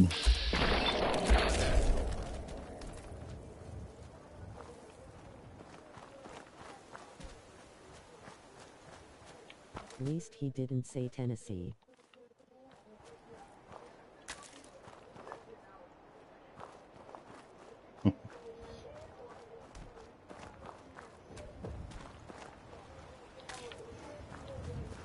I do remember corn in Tennessee, but not like here in Iowa. Corn won't grow up on Rocky Top anyway.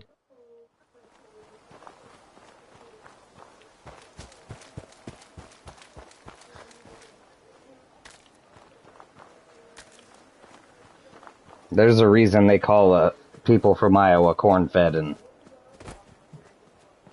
I literally had to teach my wife that there was another vegetable.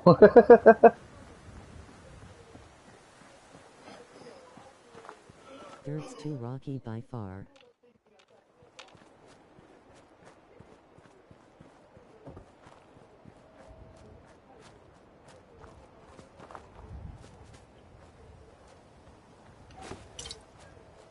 Oh, thank goodness. Hopefully we don't get parasites sleeping on a dirty mattress. We got some pretty messed up people here too.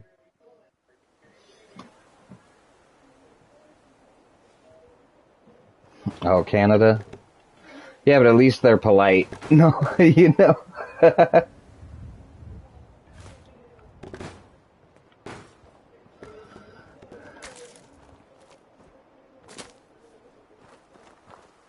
Canada is just a nut house anyway.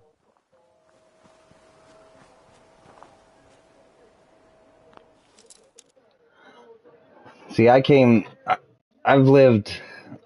was born in Oklahoma. I've lived in Colorado, Texas, Maine, uh, Iowa, Nebraska. Not in Alberta. We are the Texas of the North. Oklahoma, Tennessee. Oh, I already said Oklahoma, but Tennessee, Missouri.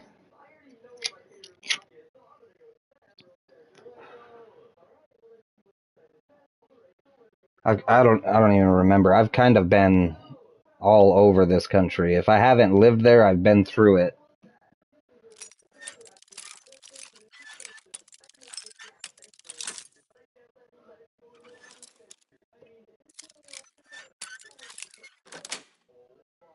That's it.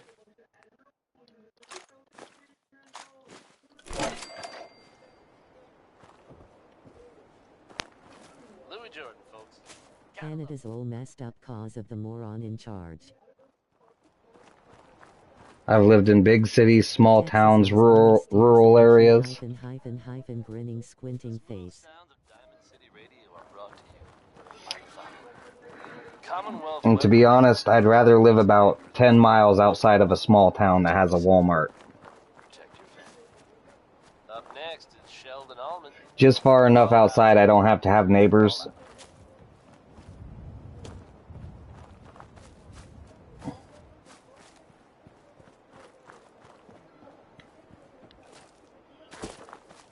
Because if I want to mow my yard in the nude, I shouldn't have anyone telling me I can't.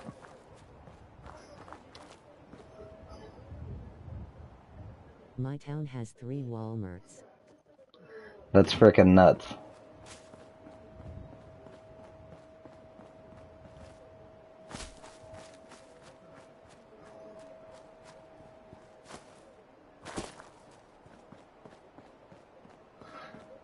I mostly shop at Hy-Vee, which is like a... I would love to live in the country. Now there's a site. A Safeway or King Soopers? Yeah, no joke, right?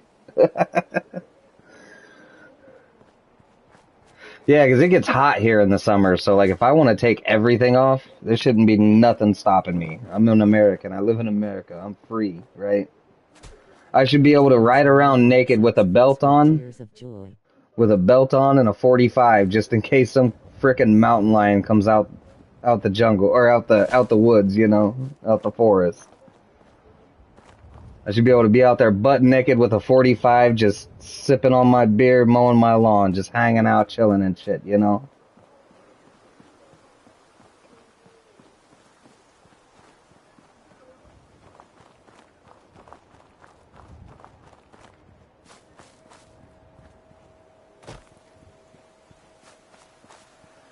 Or if I want to hunt a deer, you know, I should be able to sit up in my tree stand butt-ass naked. Just with a bow, you know, just getting it. We get up to 40-45 degrees Celsius.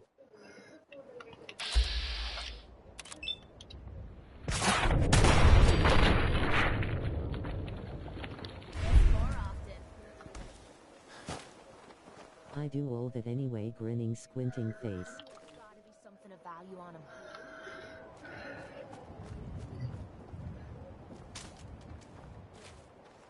That's what I'm saying. That's America.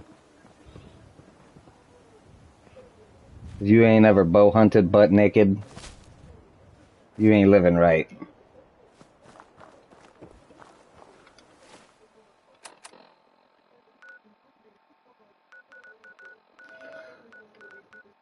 How did I pass it? Thinks my tractor's sexy. Do they think the tractor's sexier or the man on it? And down to negative 45 degrees Celsius. You probably don't want to mow in the nude like that.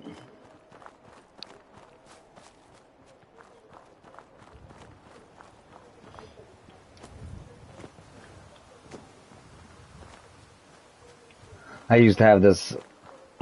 She wasn't old, but she wasn't like. With my farmer's tan rolling on the floor laughing. She wasn't like super young. But every time I'd mow, she'd come out and sit in her frickin' lawn chair. And I gotta tell you, she gave me some looks that was like, oh, we just walked into a bear camp. She gave me some looks that was a little different.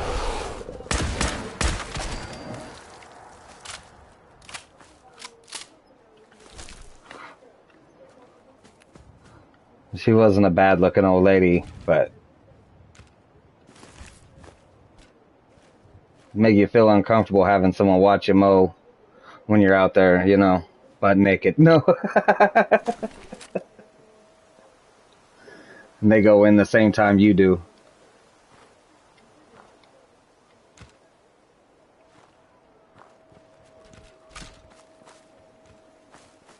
Weather is strange here in a seasonal D. Gotta love the cougars. The cougars, heck yeah.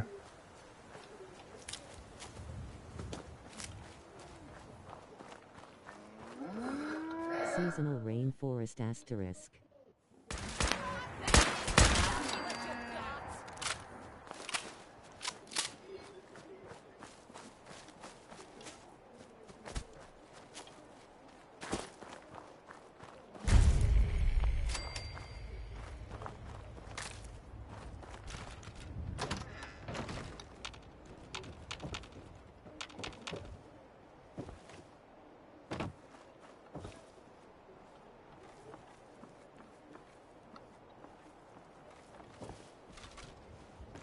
It has a basement.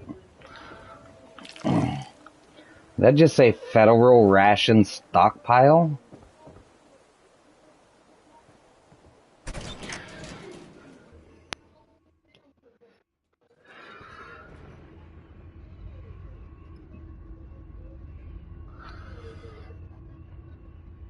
A federal stockpile, huh?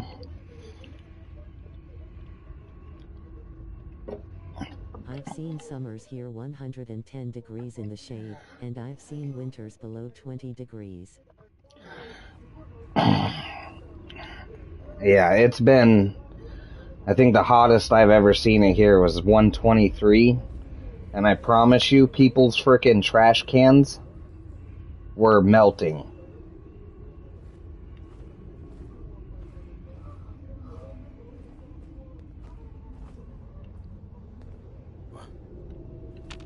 That's Fahrenheit. Yeah, Fahrenheit.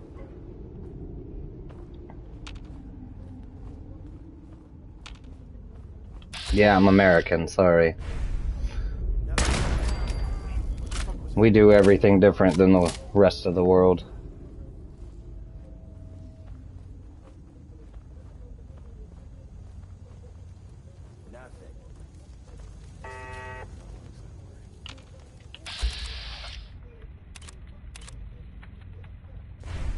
That happens here every summer.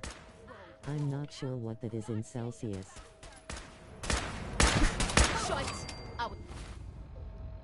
Hey Suri, what's 120 degrees Fahrenheit in Celsius? 49, basically 49 degrees Celsius. I've seen temps in the day in the desert that will melt you, and at night it be freezing. That's how the desert works. Close to 45. No, it's 49. 49 degrees Celsius is 48.89 degrees Celsius. Damn.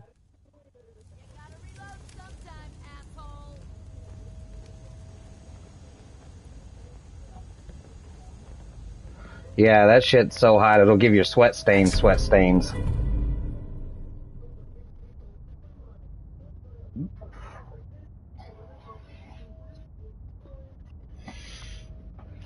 What is this? Permanently more difficult to Even detect. Texas isn't on the Celsius scale. That was Big Maybell, with a whole lot of shame I've lived going in on. Texas. And when Texas you're is as a big as great place to Maybell live. is, there is a whole lot of shaming If going it on. wasn't so hot, it would be perfect.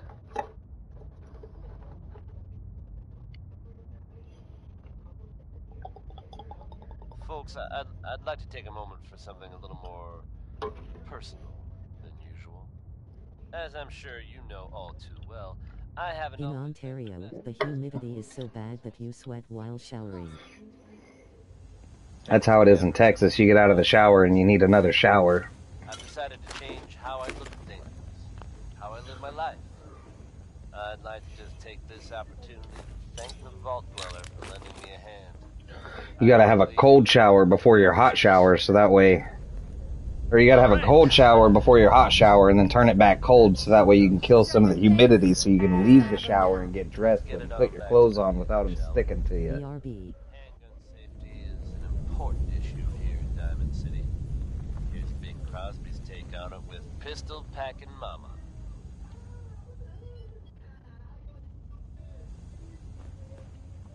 Bowl time.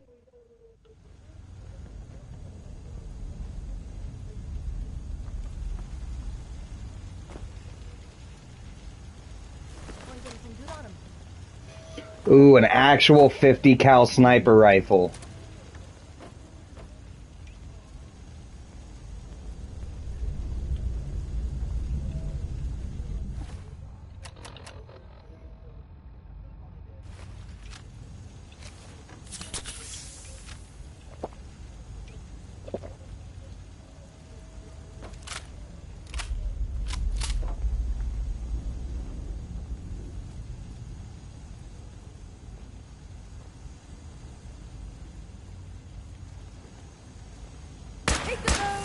Ghosting us.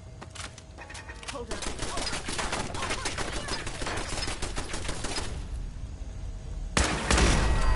You mean that's it?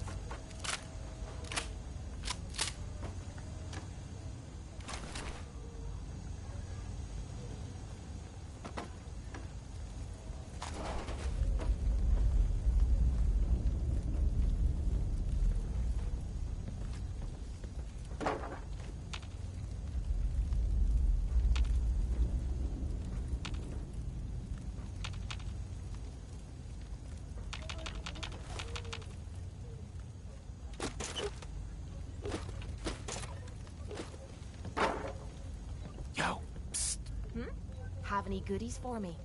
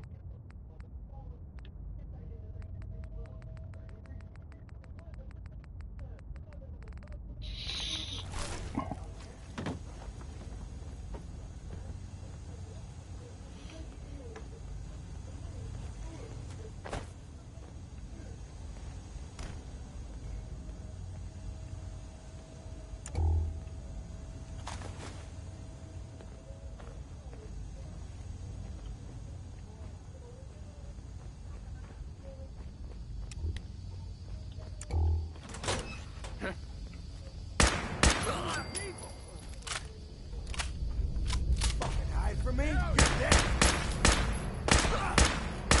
Practice the gear. Let me know.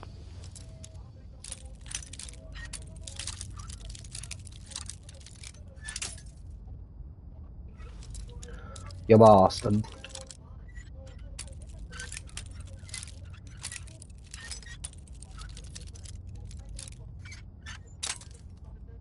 Whatever, bro. Sweet. The hell with that lock, or any lock for that matter. Getting into places I'm not wanted is a talent I've acquired over the years. How much you got left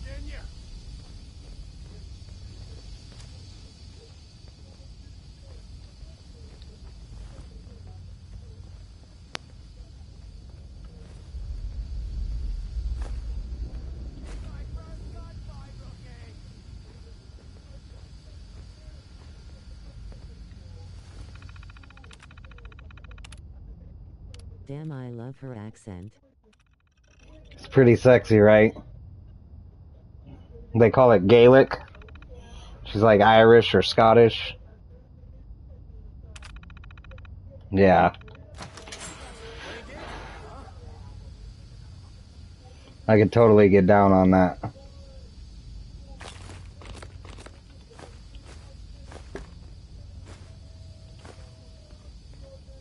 Look at all these stim packs. Or stim packs, these medical kits they broke open.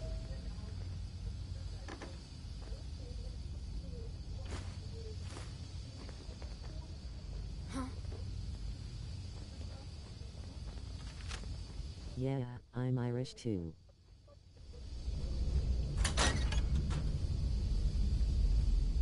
I've always thought Irish was sexy, but I think it's... I'm Irish. My chin shows it. When I was a kid, I had an Irish substitute. And oh my lord. She could teach me for years.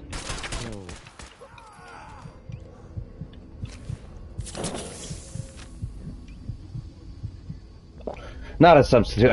When I was in 5th grade, I had an Irish teacher, and she could talk. I swear I paid more attention in that class than any other class I was ever in. Especially when they are redheads too. Dude, she was. Her last name was O'Connell. She was straight from Ireland.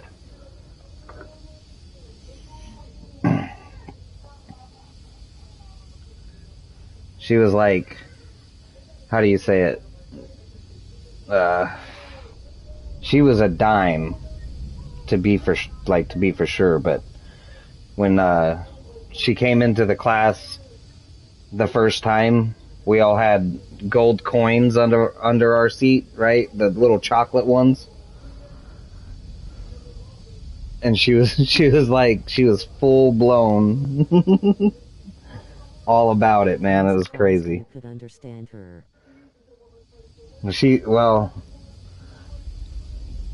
It took a little bit, but I got her.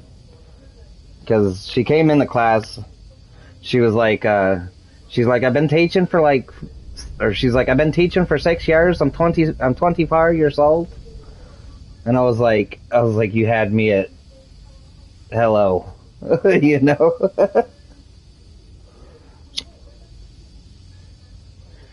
She's like, good day, class. I'm Mrs. O'Connell. I've been teaching for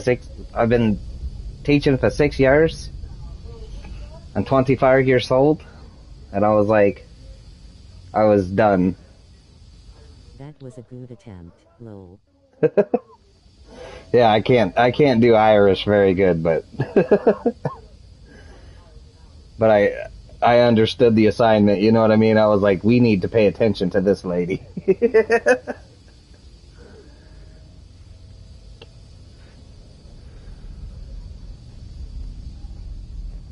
She was the coolest teacher, man. She'd read full books to us and then make us give the report on the book that she read.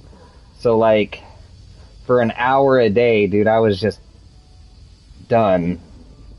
Like I understood.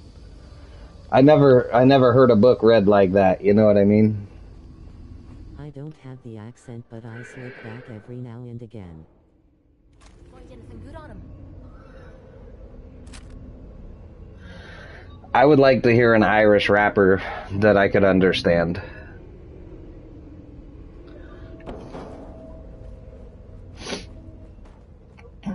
Just because I do love the Irish accent so much.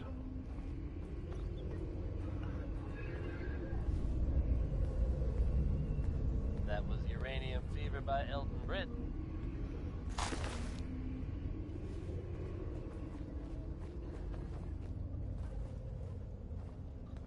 So I wonder, should we go back and go through that one door? I think we should. I think that's the way out, the red light. Next is Orange Colored Sky by Mr. I wanted to know what a British rapper sounded like, so I practiced the British accent for a long time. So I could, like, make my own attempt at it, because I didn't like the ones I found that I heard.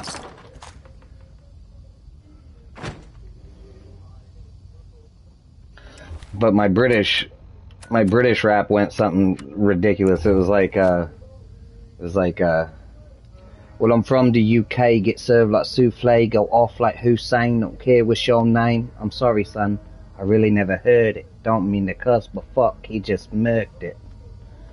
And I was like, yeah, if a British rapper could rap like that, dude, imagine an Irish.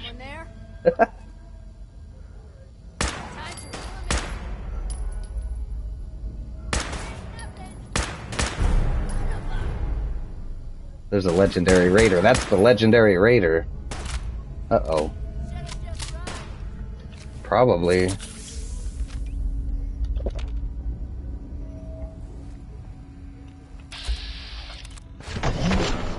Damn it. She blew me to pieces.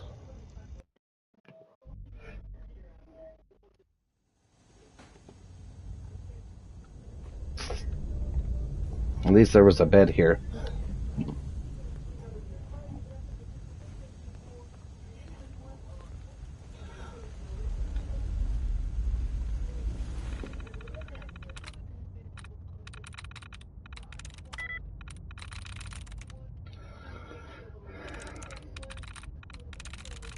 Yes.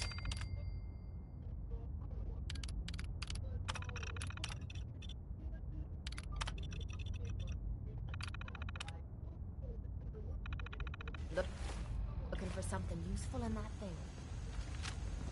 Not sure what it would sound like. Seems like they lose the accent on albums and shit then sound like ass live.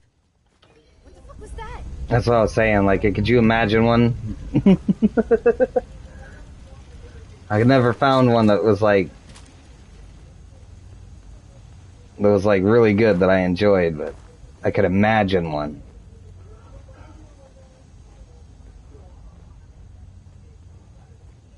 Hiding from me? This is bullshit.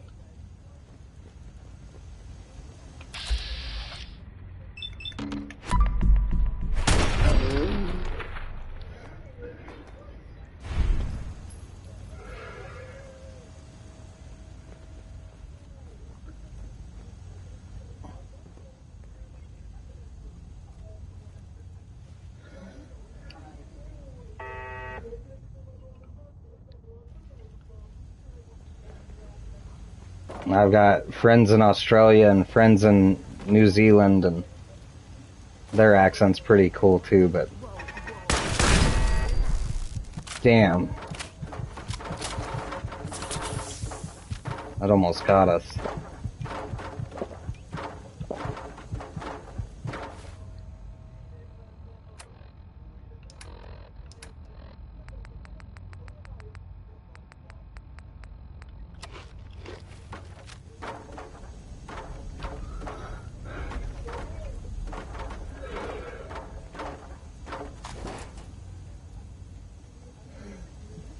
You really want to make a Australian or an Irish, or not an Irish, an Australian or a New Zealander mad, tell them they sound like they left New England and forgot how to talk.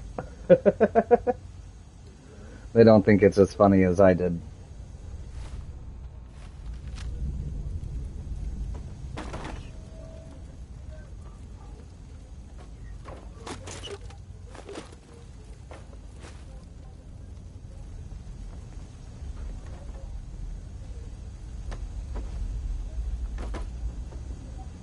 Yeah, the Australian accent is sexy too. That's It one is. place I've always wanted to visit. I went to Australia when I was... How old was I? I was 11. And they're really nice people, and there are three types of people in Australia. There are people who are from, like, the forested area. There are people who are from the beach area. And there are people who are from, like, Central Australia. And they are three entirely different class of people. Like...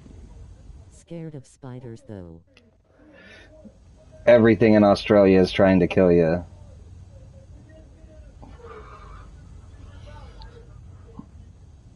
They're all really nice, and they'd give you the tire off their own car to fix yours, but they couldn't be worlds apart. They couldn't be more different. The three, like I said, there's what I met was three entirely different type of people down there.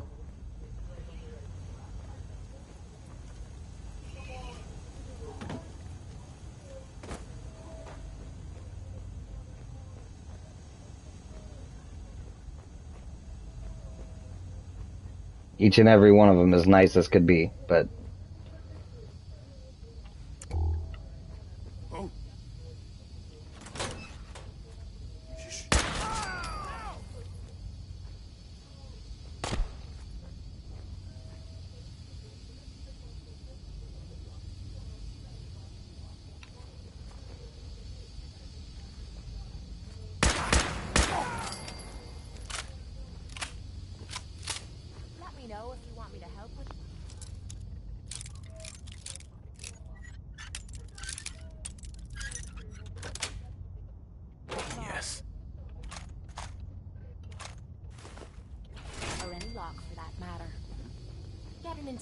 I'm not wanted is a talent I've acquired over the years.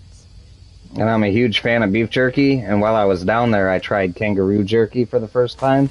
Only marsupial I've ever ate. And I gotta tell you, I would do it again. Pretty fantastic.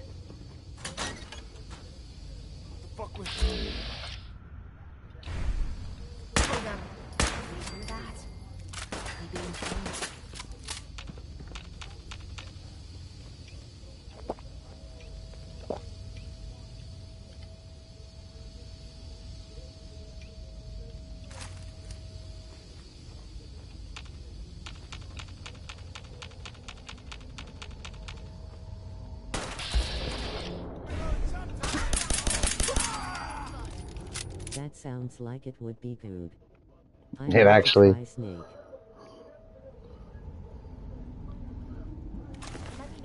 I've never tried snake, but I've tried alligator. Alligator is a lot like chicken. I had an alligator gumbo that, if you didn't know, you would swear that you were eating chicken.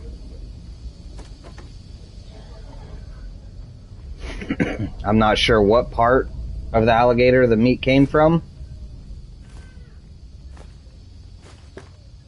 So certain parts might be better than others. Yeah? But the piece I tasted was really tender white meat. Like a perfectly cooked chicken breast. Sure, be glad to take... I mean, hold some stuff for you.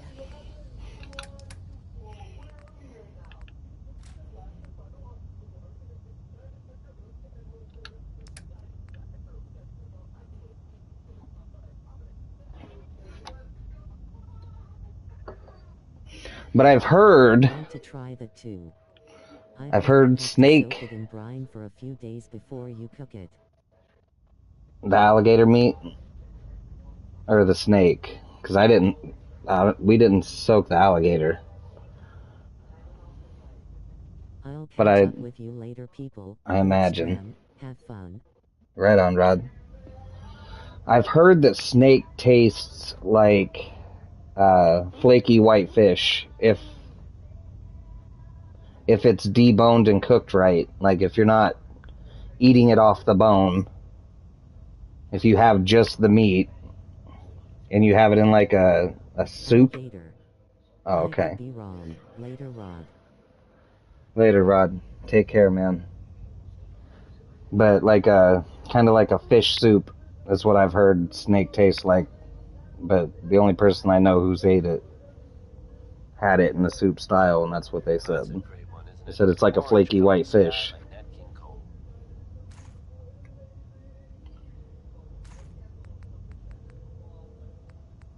So, I mean, that was the best description they could give. Diamond City Radio wouldn't be possible without the help of some wonderful businesses here in town. Commonwealth Weaponry. It's a dangerous world out there. Protect yourself. Protect your family. One of the greatest singers of all time, I think. Here's Ella Fitzgerald.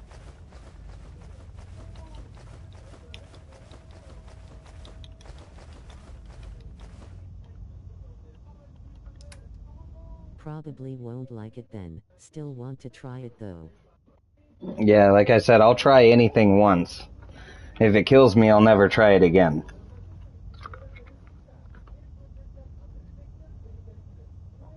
That's how I feel about it.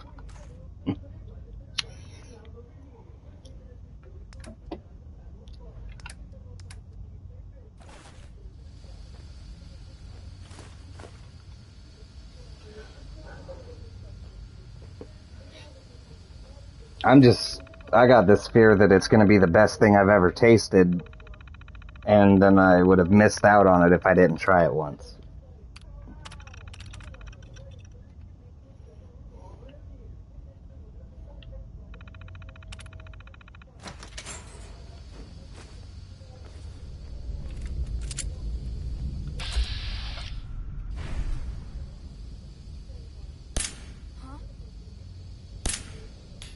Swore I heard something.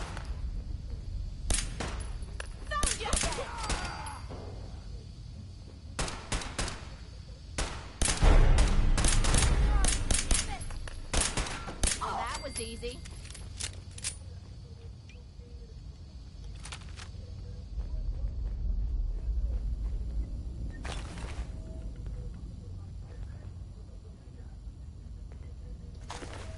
Same. I won't try snails though, not a big fan of snot in a shell.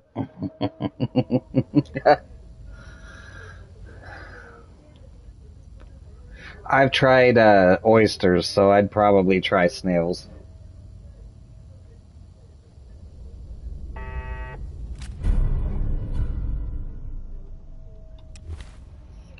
Don't nobody want that crap.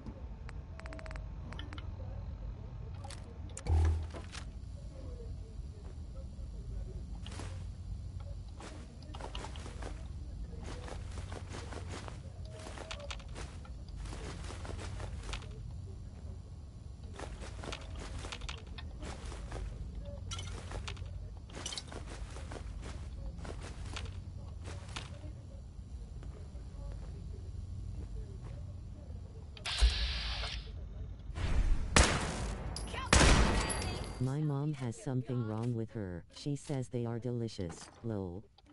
And you know what? They might be, man. They might be the best thing you've ever tasted, and that's what I'm saying. You never know unless you try.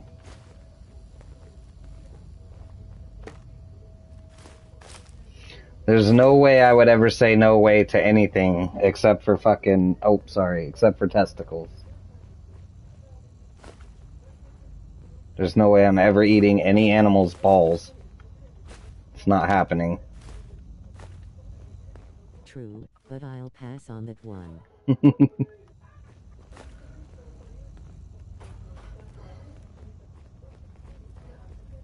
Man, look at all this aluminum we're finding.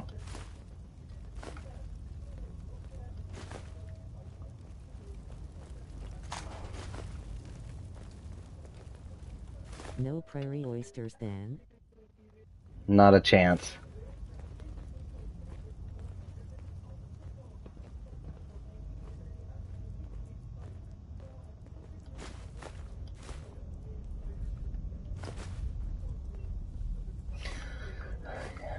You could tell me it was the most delicious thing on the planet, and I wouldn't care.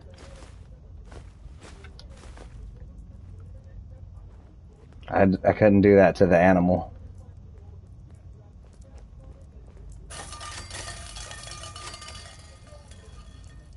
Must be nice. That's one thing I can't seem to find enough of in my playthrough. What the hell happened? Federal ration stockpile. That's where we're at.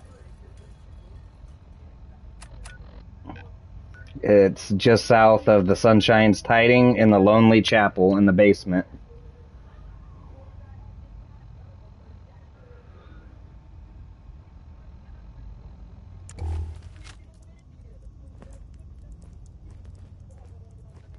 Already been through.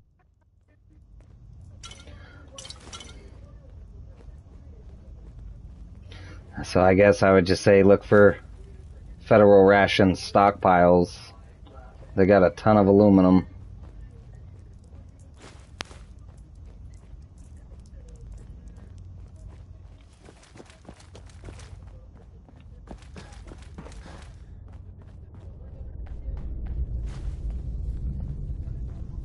That's the exit, and I haven't even gone through this whole place.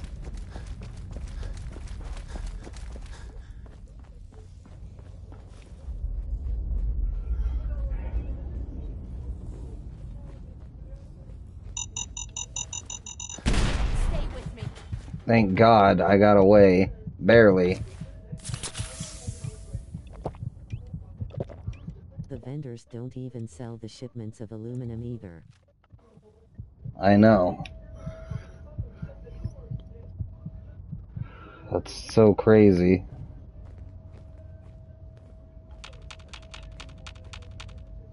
How dare they put a mine there? That was crap.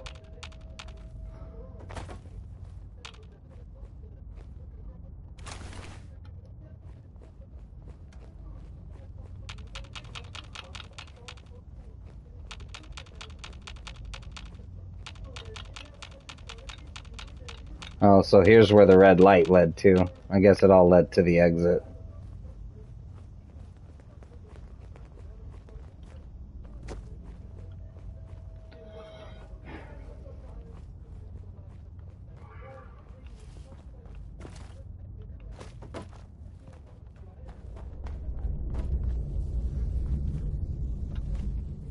Where's your power armor? It's at home. Stockpiling fusion cells for the glowing sea.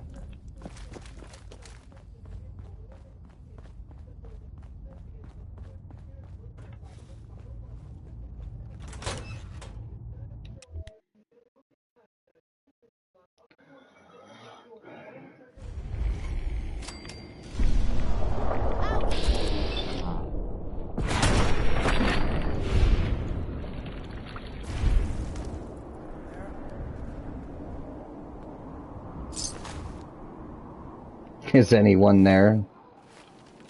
Nope, there's no one here.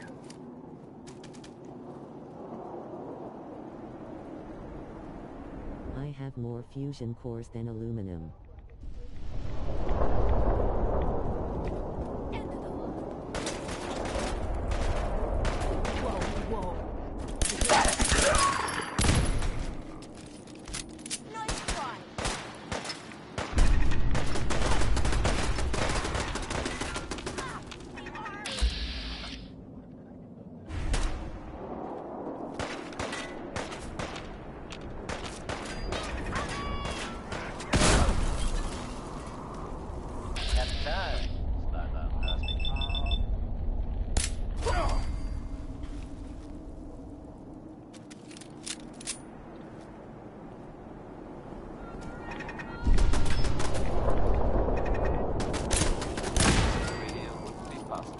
Without the help of some wonderful businesses here in town.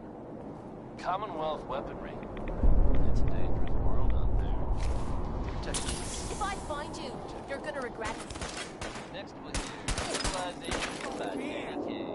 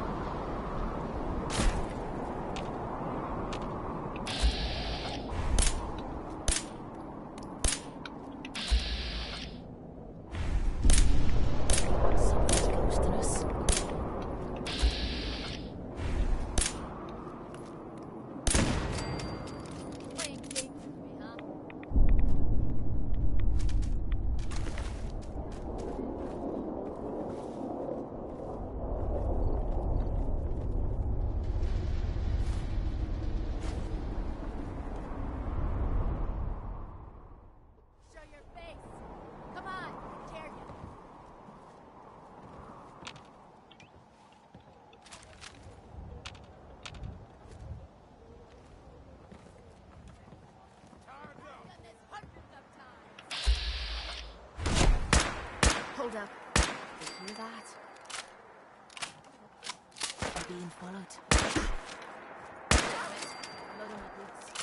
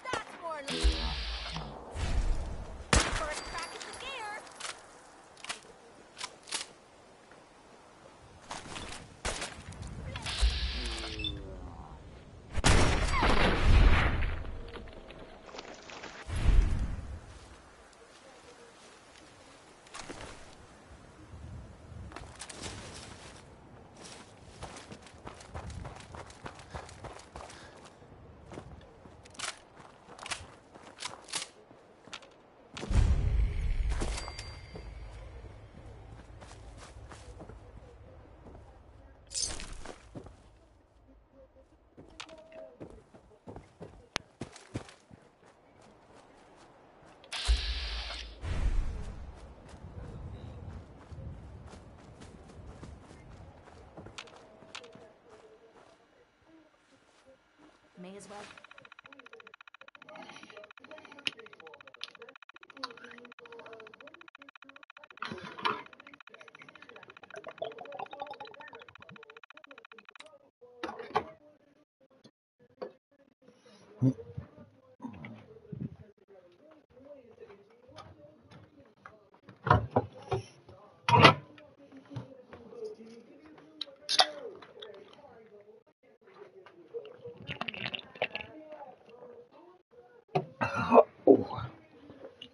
There is a magazine out there that permanently lowers fusion core usage by 10%. I just can't remember where I found it. I'm in.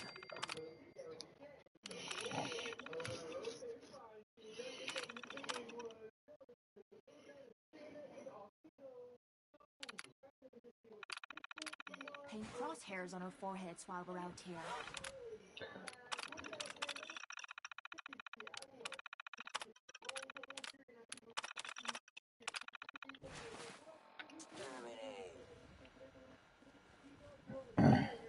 Yeah, I remember finding that once. Exterminate.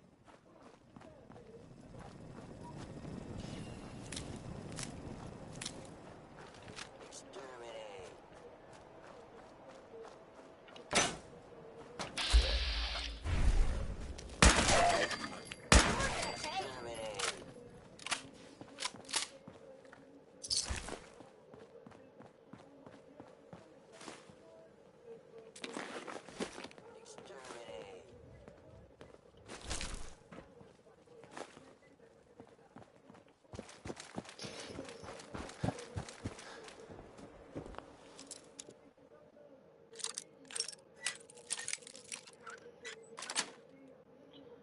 Nice.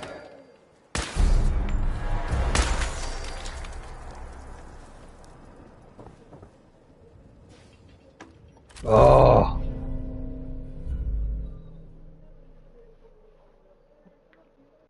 Finally got a better pistol. Exterminate.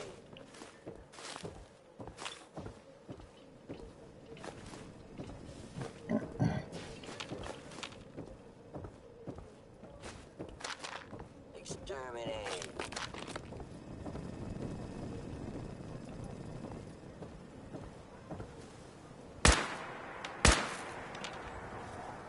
What other games you play? All games, man. I haven't found a game I haven't liked, really. Let's hope his grandma got the help she needed.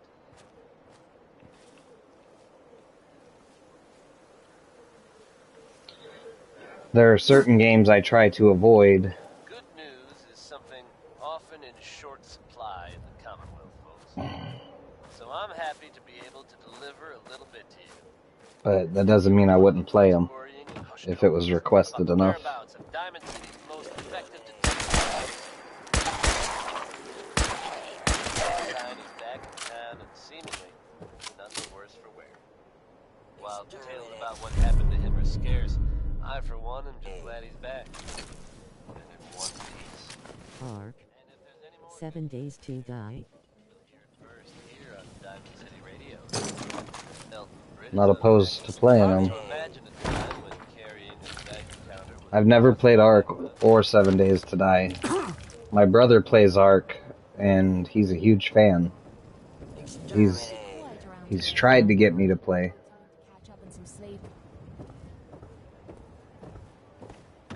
The only thing that limits me from the games I can play is the funds that I have. Because I don't know if you've been here when I've talked about this, I have 6 children, so most of my funds are tied up in raising them.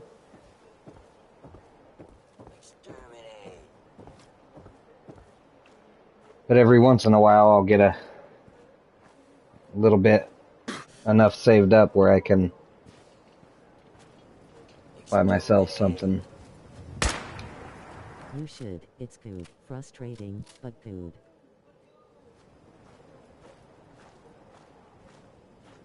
Exterminate.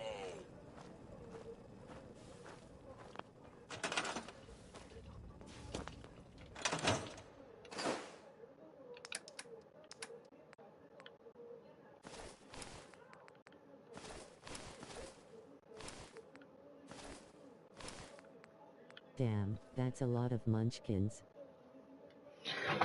Well, I was gonna go until I had a daughter, and I had 5 boys first, so I had to put one good one in the world, you know what I mean?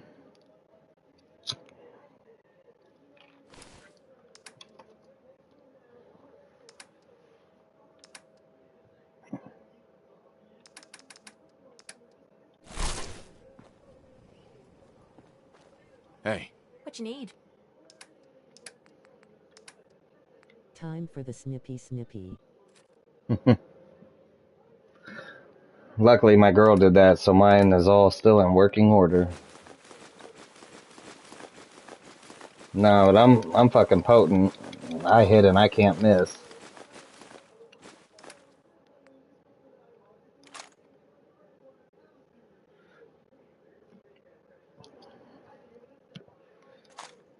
kind of Have a minute? Got something. like that though.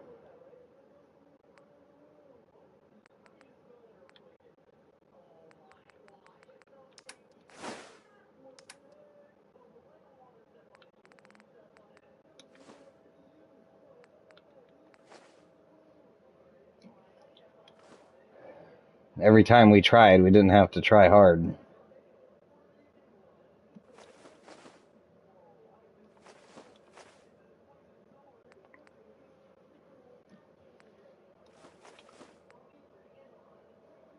I got caught a long time ago.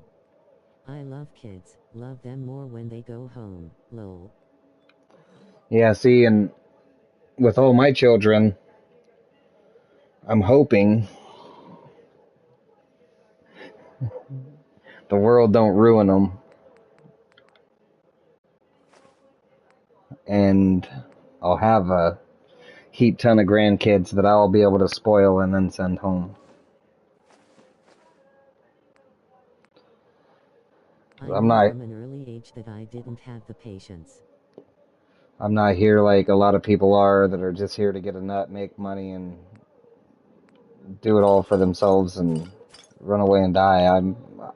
I'm here for the family experience.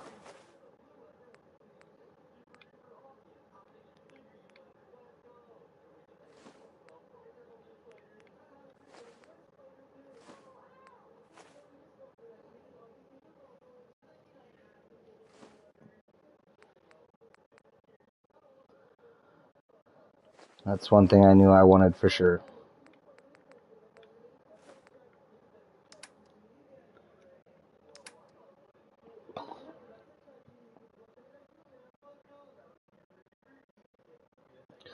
Bless their hearts, my family tried hard, but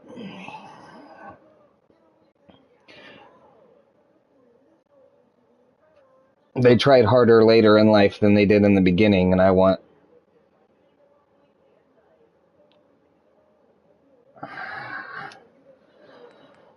kind of just want to prove that it can be done right from the beginning.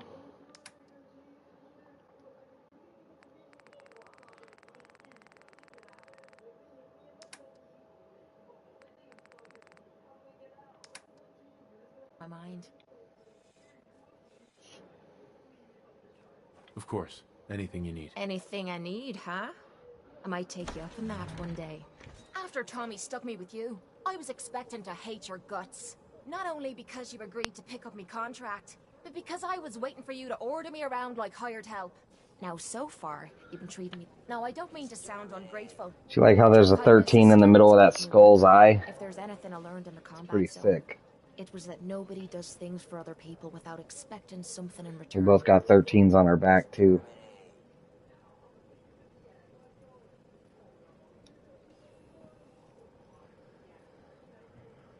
You're comparing me to that riffraff? You don't even come close to the losers that pollute the place. I didn't want to be a deadbeat dad, so I made the decision not to even have the chance for an accident. I was making a few caps, had me own bed to sleep in, and 3 hot meals a day. Then the raiders took over the place. You know that lot. They aren't exactly what you'd call the gentle type. After they moved in, if you didn't See, keep I like to looking over your think shoulder, you were liable to get sucker punched or robbed. Or worse. I had nothing but perfect angels, and if there was any accident, it was my fault in raising them. So, I guess I'm waiting for you to hand me a bill. You know what I mean? So, I take blame and ask for forgiveness for any unwanted teachings they receive. But I figured I could do a better job than some blue-haired person who's going to raise a transgendered, transracial, trans mutant that was going to put some kind of deadbeat into the world that would never work for anything or learn a trade skill or do anything to contribute to society. So I went ahead and had 6. No, And I meant an accidental pregnancy.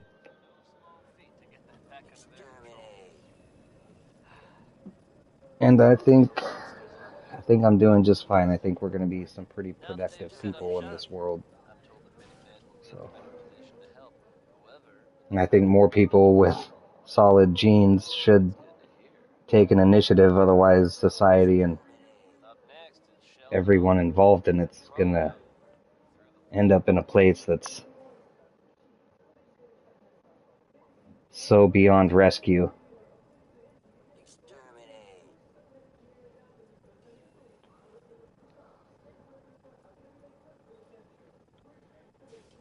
Anyway, all I'm saying is I decided to be a person to take responsibility, to put better people in the world than what I was seeing. Why are you so paranoid about deaths? Not just another in-the-line person or another person taking up traffic or another person, I'm not a rich girl, but I'm sure we can agree on something. you know, jumping out their car because they're so raged out. Just another person going and doing the job that needs to be done. We all have our jobs to do.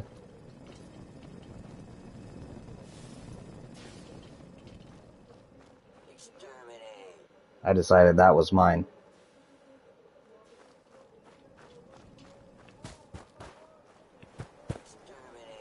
Me and my wife decided that was ours. A lot of people are going to hate on that, and if they do, they're not the people I want watching the stream anyway, so.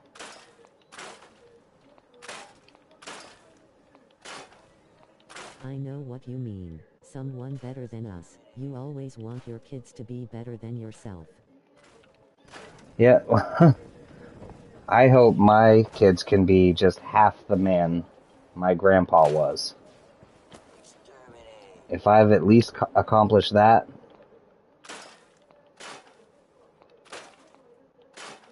then I'm not doing such a bad job.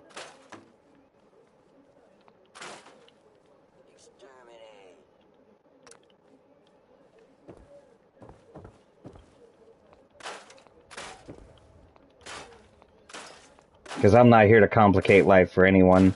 I'm not here to make it difficult for anyone. I'm not here to question anyone's moral ethics. I don't honestly care what you believe. I hope you have a great life and I wish you the best. However, there are certain things that are going on in this world that is going to lead to societal collapse. And I will not be a contributing factor.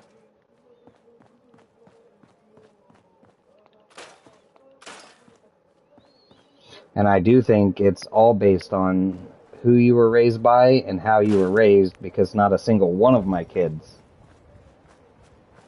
has any questions that I can't answer.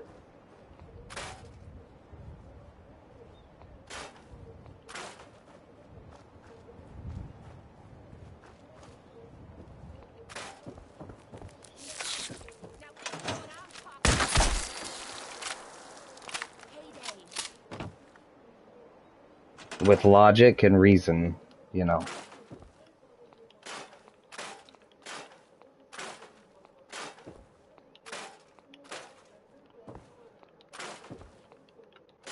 They come home and they tell me certain things, and I tell them, you know, people are gonna try and mix you up. And they're gonna do their very best job to do that, because it's what the devil wants in this world.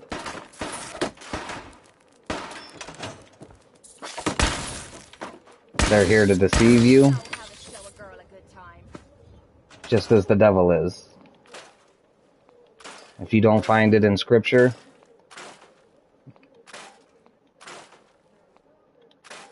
if you don't find it in your moral compass, you're not required to take that as knowledge. You're not required to take that as an absolute fact. You need to question everything.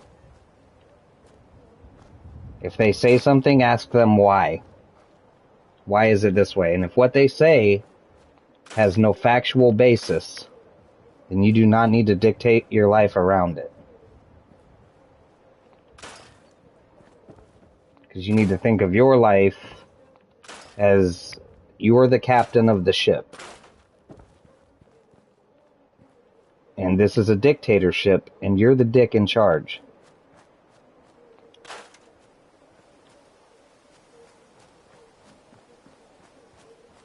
You don't let other people dictate you. You dictate your own life and what you believe in. You already know what's right. I'm not asking you to do anything that's outside of anybody's wheelhouse, you know. I'm just asking you to follow your own moral compass. Think for yourself. I hear ya. Exactly that. Exterminate.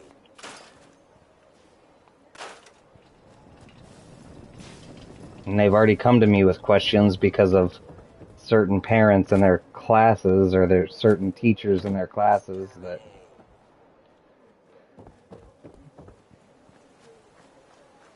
I tell them this. Say, how many times does that teacher talk to you about God? How many times is there factual basis based on something that actually touches your soul, where it's inclusive to you? If it's not inclusive to you, you don't have to take it as a fact.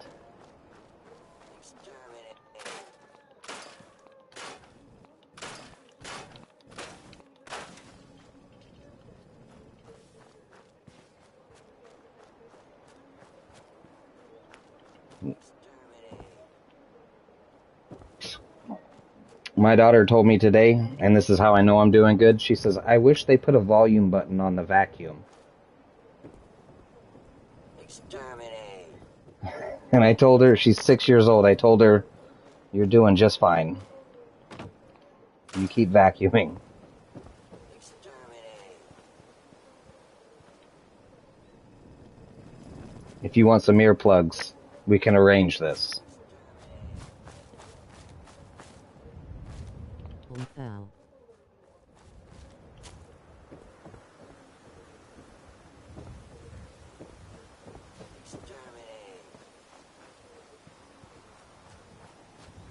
Yeah. My 6-year-old vacuums. That's the only thing you should be taking from that. Exterminate.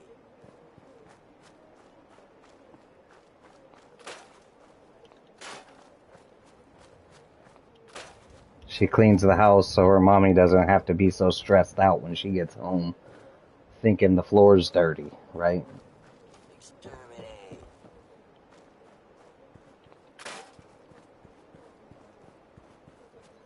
A lot of people ain't gonna like that. I don't care what a lot of people think. I'm not here for them.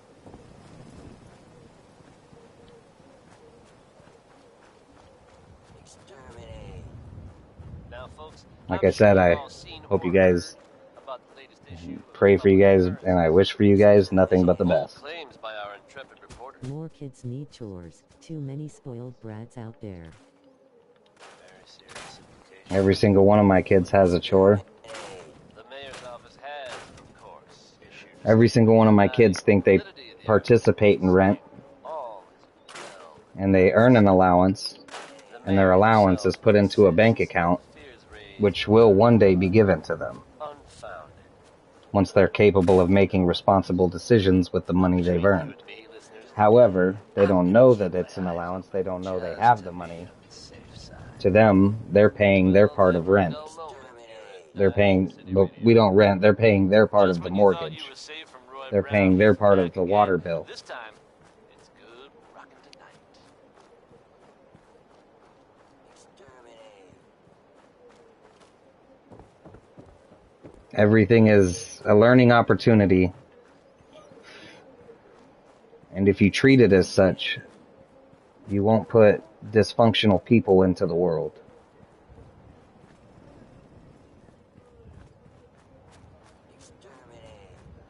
My kids aren't stressed out. They're not worried about making rent, but they know that what they're doing is contributing to the survival of the family as a whole. So they do it without asking.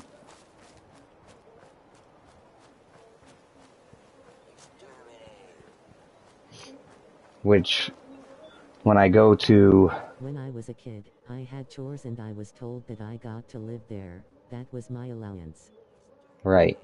And see, my kids earn an allowance, and they know they're earning an allowance, and I tell them that their allowance that they're earning goes to the bills that are being paid. But it's actually going to an account, which will be theirs when they turn 18, and once they have the mindset to be able to provide for themselves, they'll have a pretty good head start. You know what I mean?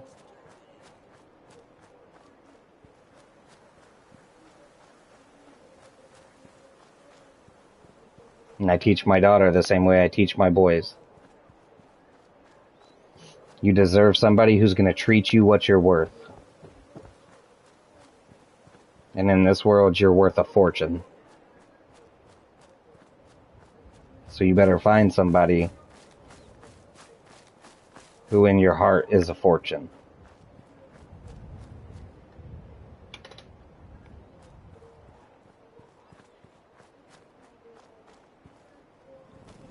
Exterminate.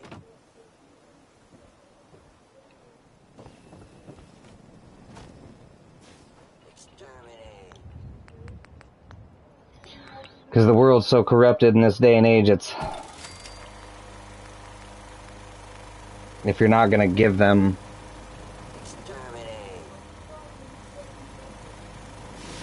If you're not going to give them, like, some serious coaching, you shouldn't be bringing people into this world.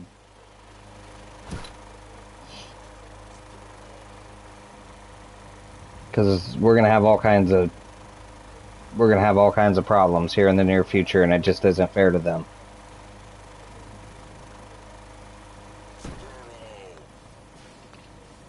If people think it's okay for a boy boxer to box a girl boxer because he identifies as a girl, then my daughter won't be boxing.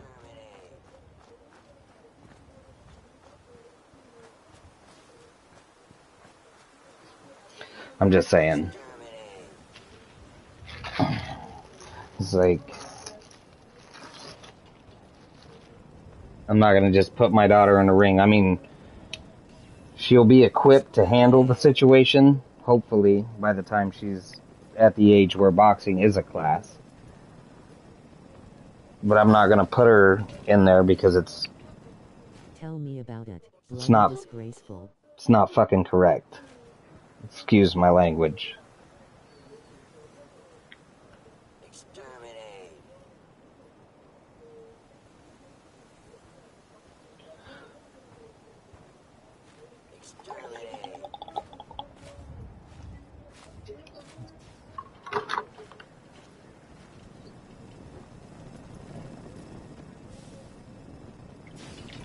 All good by me, man.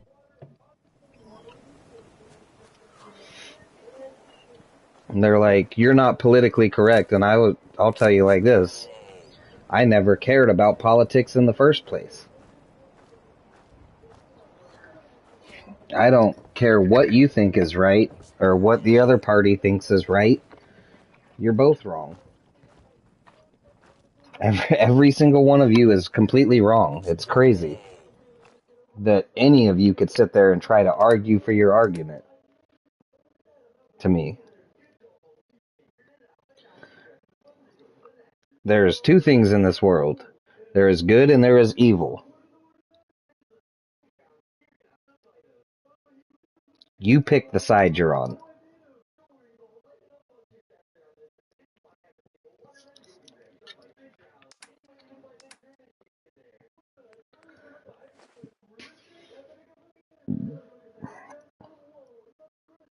Now, I don't care what side you pick, but just be sure, 100% sure, when you make the decision.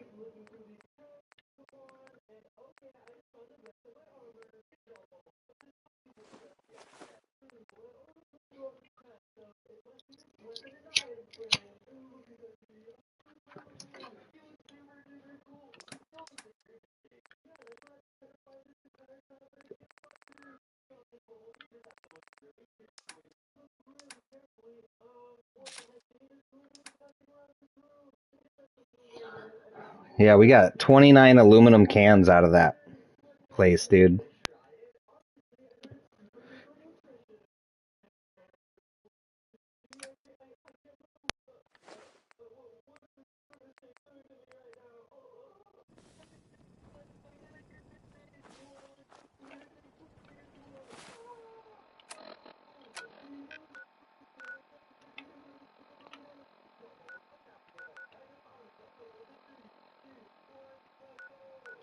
So I need to link the Abernathy Farm and Sunshine Tidings. We can do that at the Overland Station. I don't think I'm good or evil. I'm more neutral. I could explain to you how that's not possible. But I'm not sure if you want me to get into it. Every single one of us has done something wrong in our life, and that's okay. There's no mistake that's not worth learning from. But if you continuously make the mistake, and you know it's wrong, then it's inherently evil. Now, if you do a good thing, and you know that it's good, and you continuously do the good thing, or the right thing, which is often the harder thing to do, then it's inherently good.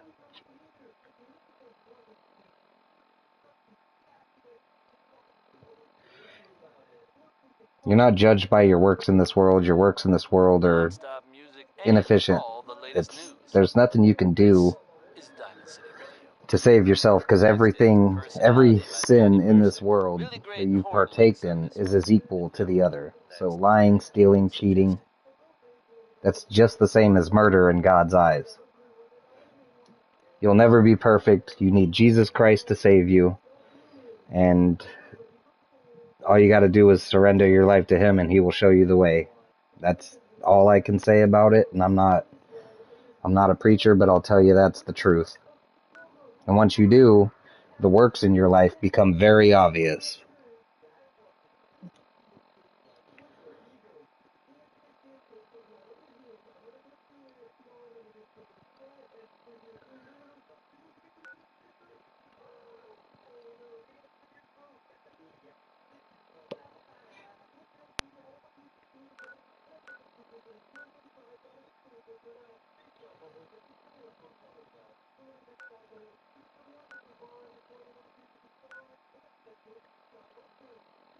It's a really important skill a lot of people need to learn, and that's just how to pray.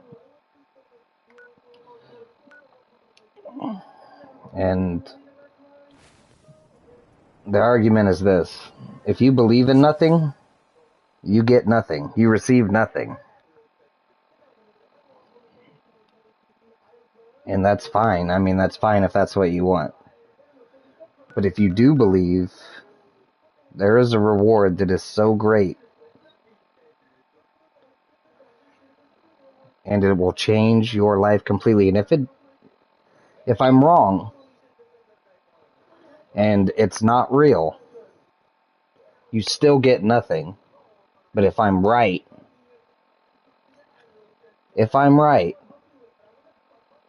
you gain everything.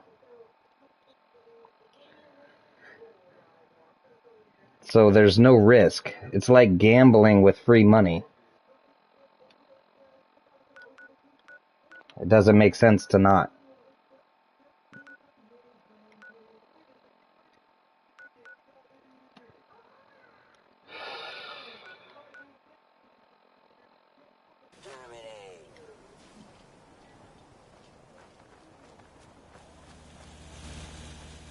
So, I mean, that's the argument.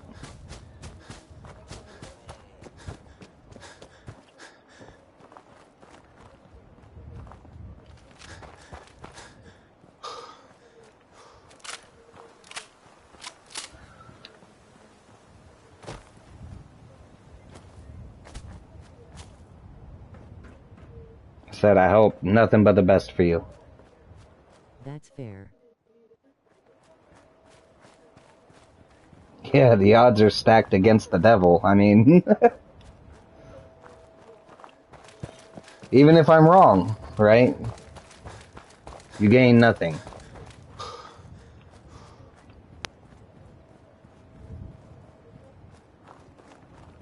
But by believing in nothing, you've assured yourself of nothing.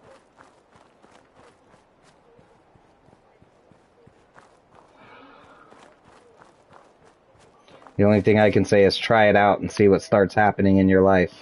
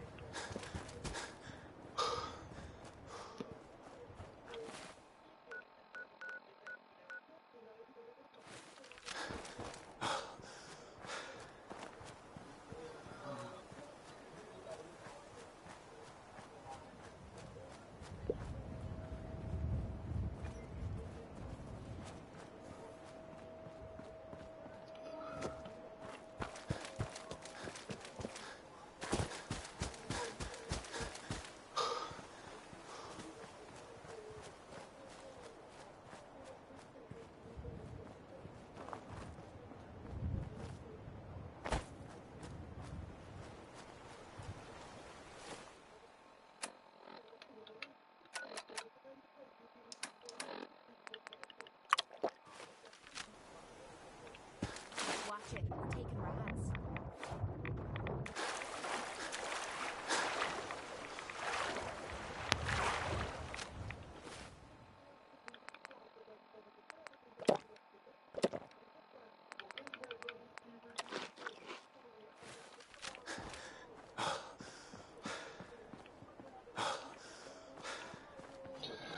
And I don't even know you, right? So I don't care about you as a person. Though I do. But I care about your soul. And what happens after this place. Everyone says they go to a better place. Don't you want to be a part of that?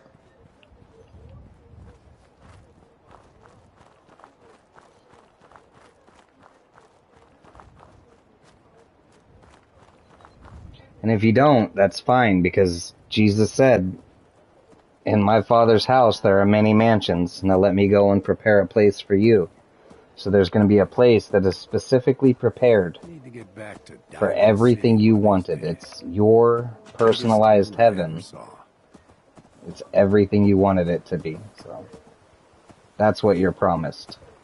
The people who you didn't like in your life won't be in it. It's yours specifically.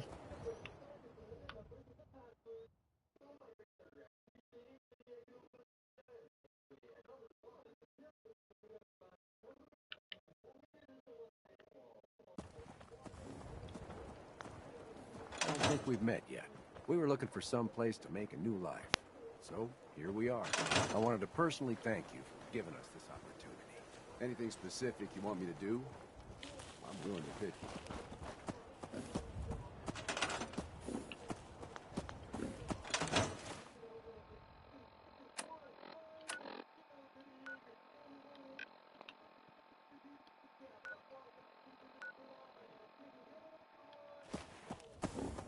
I hope you're here to help.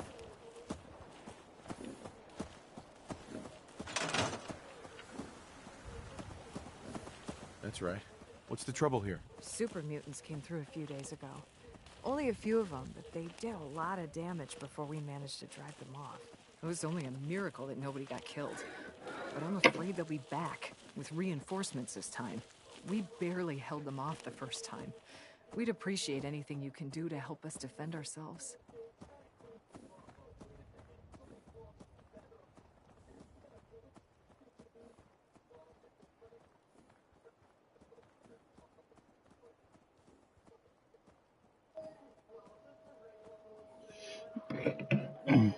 Super mutants don't scare me. I'll help you. It's gonna be all right then. I'm sure of it. And take whatever you can. Uh-huh.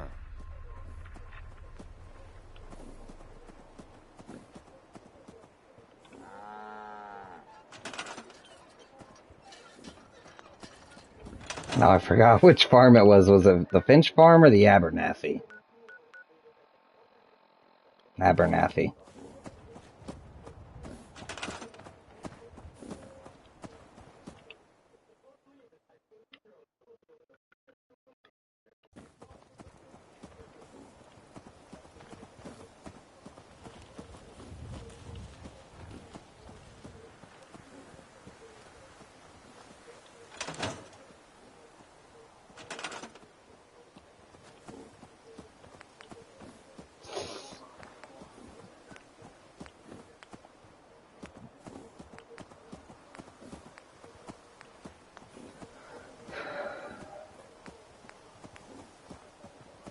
Hope you enjoyed that last number.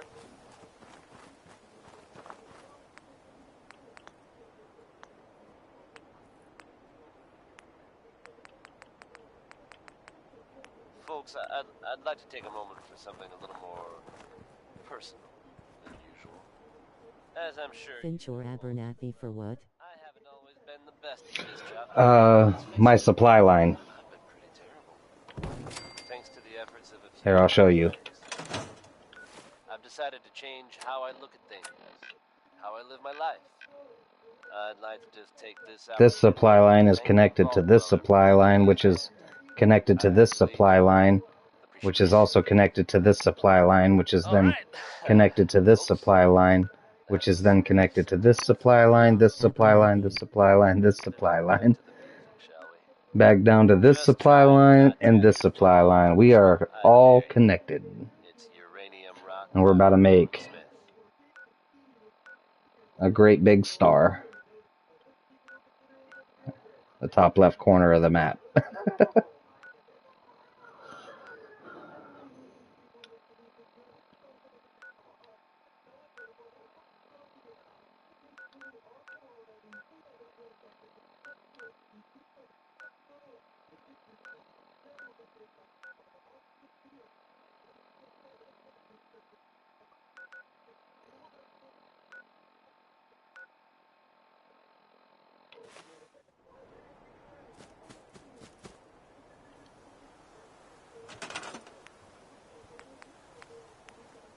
I have so many lines my map is all green, lol.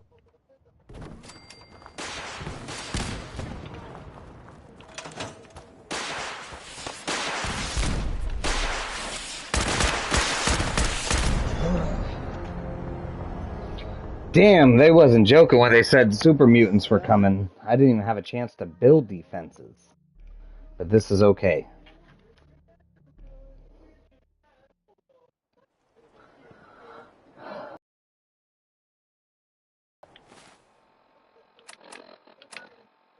Sunshine tidings.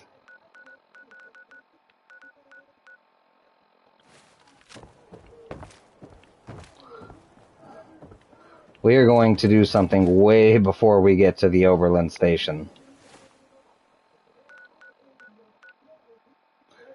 First of all, we're not going to talk to that girl. North. There's nothing we can do here except discover it and kill. To defend Sanctuary from super mutants.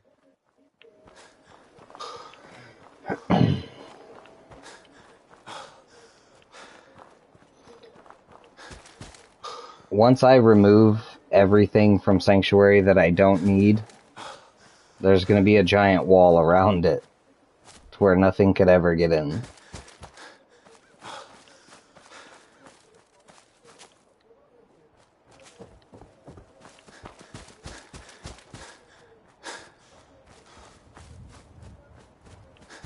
And as soon as I get my nuclear reactor, and I can eliminate how big it is based on each object,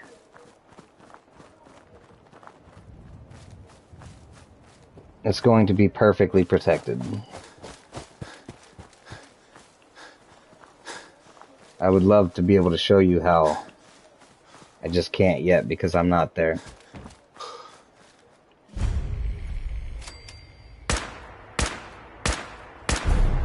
I will eventually.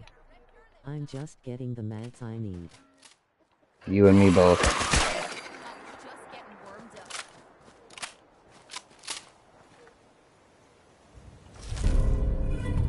Find anything good on him? I think I'm gonna leave this place alone. This time. I'm gonna kill what's here. I'm gonna discover the place.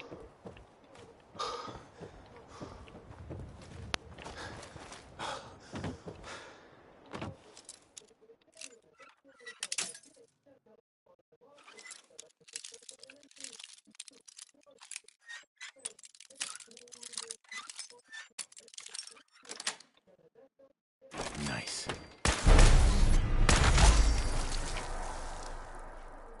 There it is.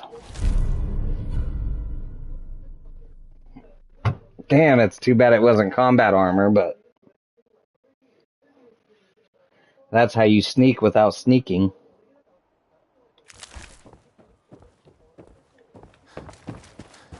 That was actually good.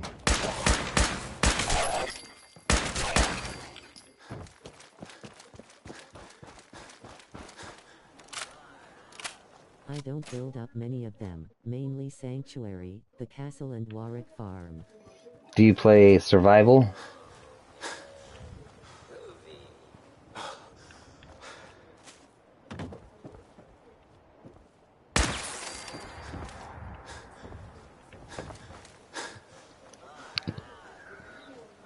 I could show you Warhog, dude. I could show you a basic build.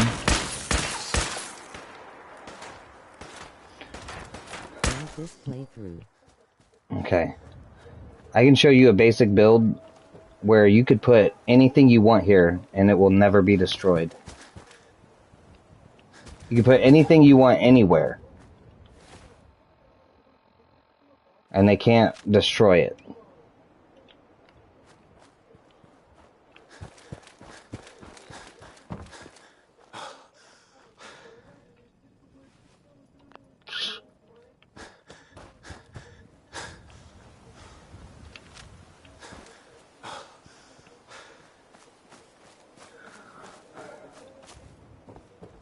I'll show it to you if you say pretty, pretty, please. I'm just kidding.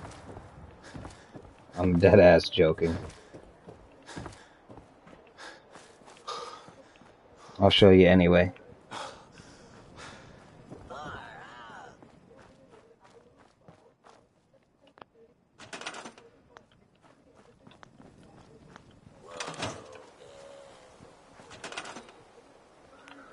Structures, wood, floors.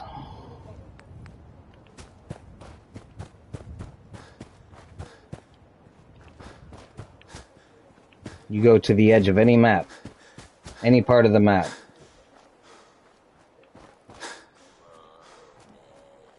Hopefully one that's open, right?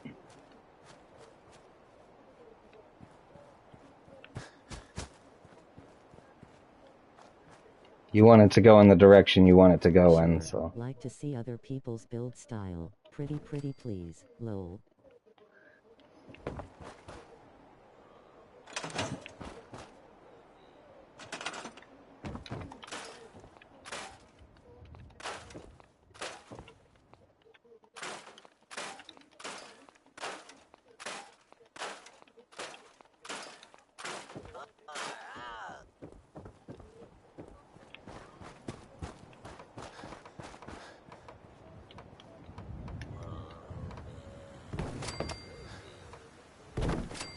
And then you build the rest of your map, the rest of your base up here. It's all over but the crime. And then you, okay, I can't explain it. perfectly. But I'm going to do my best. Good news is something often in short supply in the Commonwealth, folks. So I'm happy to be able to deliver a little bit to you. If you were one of the folks worrying in hushed tones about the whereabouts of Diamond City's most effective detective, you can rest easy. Nick Valentine is back in town and seemingly none the worse for wear. While details about what happened to him are scarce, I for one am just glad he's back. And in one piece. I know what you mean. You have one built already, don't you? Now, see, this is what you don't see yet. I'm going to show you what you don't see yet. Okay?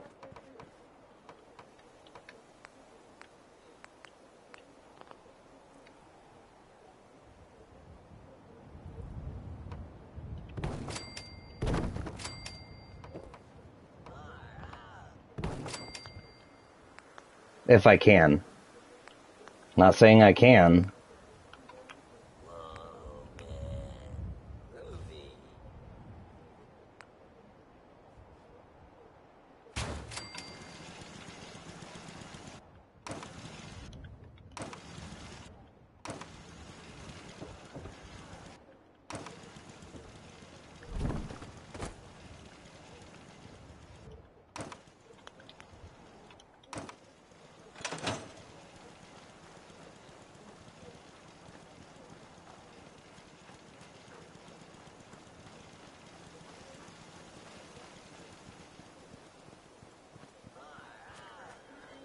And there's no way to destroy that defense.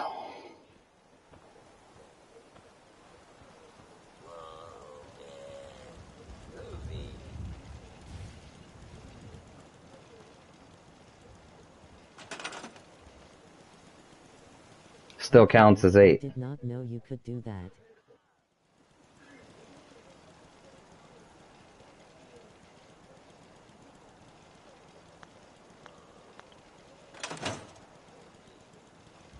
Yeah, so when I'm done, there's going to be nothing but missiles falling from the sky.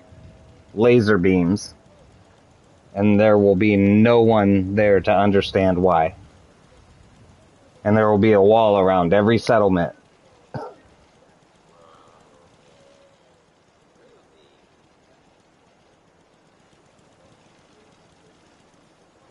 And so, basically, it doesn't affect your size because it doesn't even count that it's there.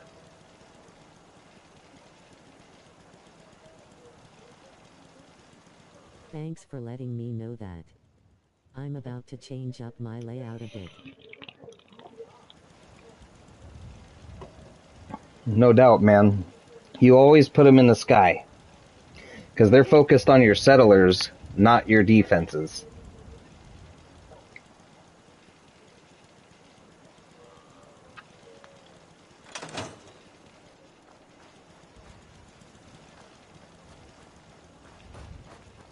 I usually put them about 3 stories up, especially if you're using lasers and missiles.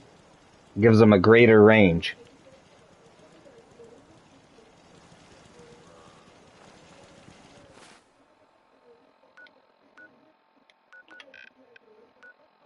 Put weapons in your workbench to lower build size limit.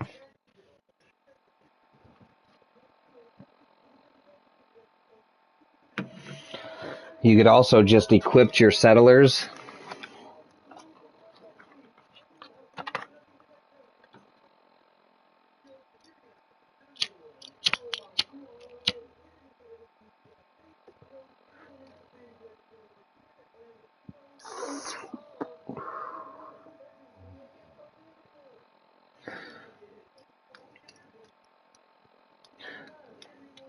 But that might work back to back. I don't know. I've never tried.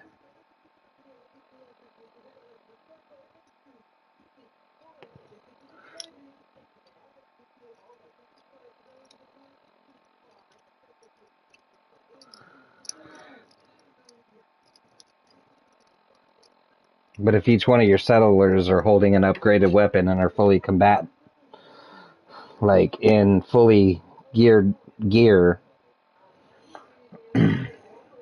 you'll have a lighter workload.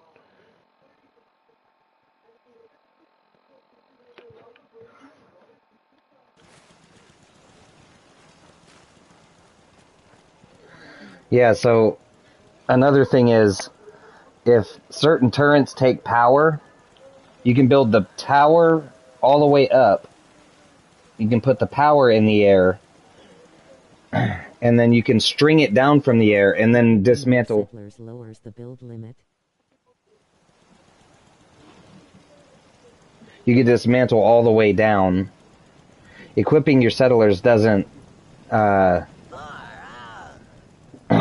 it doesn't take away from the build limit, I don't think, at all. I think what it does is it what's it called? It increases your defense without having to increase your defense. So like, this isn't about raising the happiness of the settlement. It's about saving items inside of your settlement, so that way if it is attacked, you don't have to rebuild anything.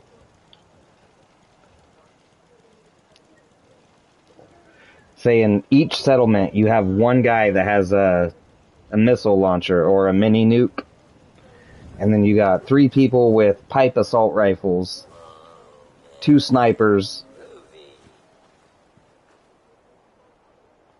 a couple pistols running around that are upgraded. The enemies are going to die a lot faster, reducing the damage to your overall settlement each attack.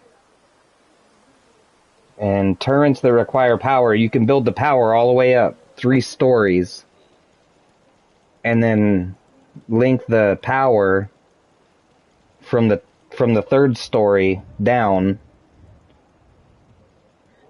and they'll never be able to blow up your generators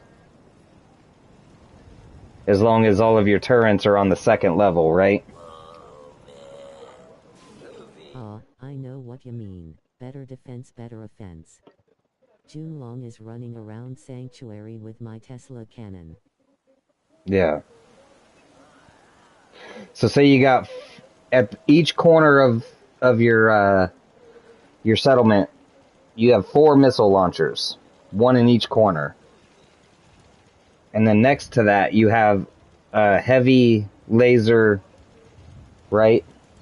You could put a 5 power generator 1 story above them, delete everything that you built up to it, and that will all float in the air, and you won't have to have any structure up to it.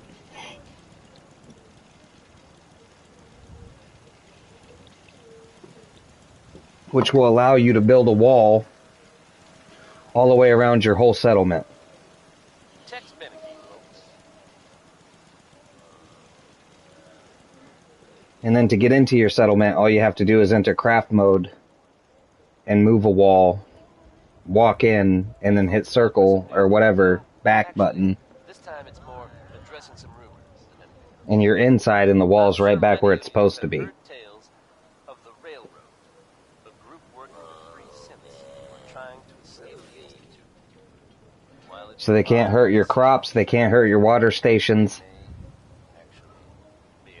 If so, makes sense that they're keeping a low. They can't hurt your generators or your defense. Idea and is met by some very mixed reactions around the common. All you have is a perfect defense. Good luck not getting caught. So that way when you're ready to leave on offense, there's nothing stopping you. Lucky for you, Roy Brown wrote a 2nd song about him. Once I get where I'm trying to get to, I'll build the settlement perfectly, and then I'll show you exactly what I'm talking about.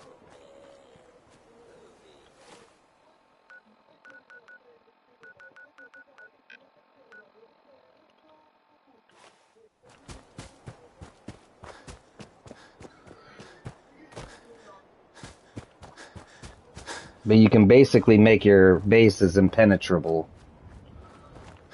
You just need a lot of concrete and wood.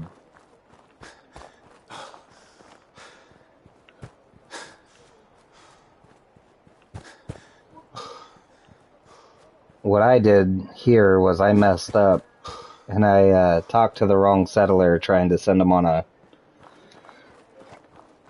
supply line.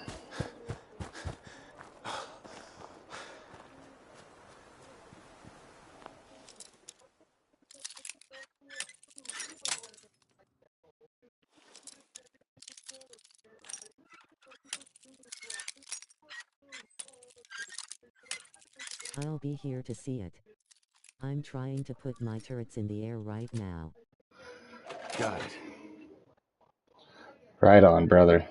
See, my main business in my main settlement right now is going to be completely eradicated.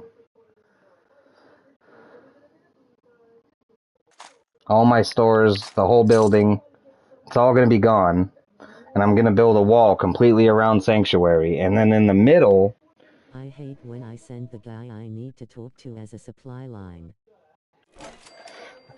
Okay. There's another thing you can do with that. And I'll show you when I get to Oberland.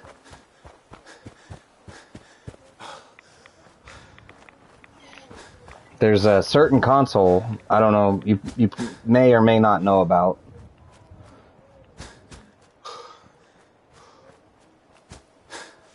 Where you can control your entire population of that entire town. And you can change the supply lines and organize them to however you want them.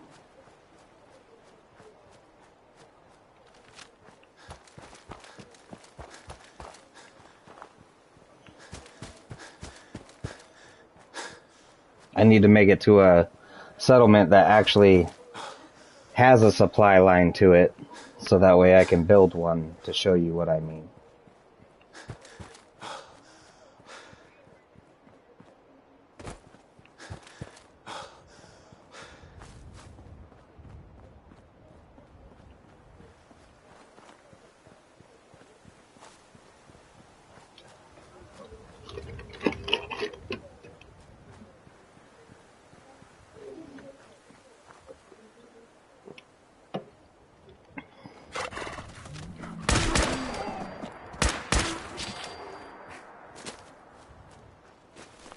Can't say no to free leather. Whoa, that was a legendary? What was that?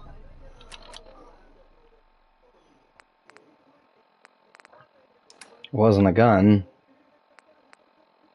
Cryogenic Raider right leg. Freeze melee attackers for 20 seconds? I think I know what you mean. I don't think I ever realized what it was for though, so I never built it.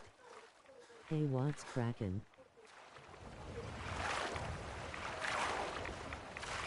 What's poppin', Kai?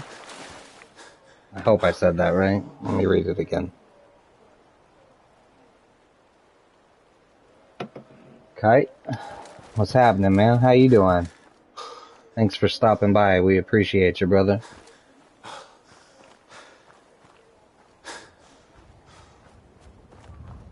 Hey, Kay. That's it's my second youngest child's nickname is Kai. Because his name is Caius. So right now, do you see how I have this whole platform up in the air? What I'm saying is, brother, by the time I'm done, this won't exist, and all that will be up in the air will be the electricity, and the generators, and the turrets on the second floor.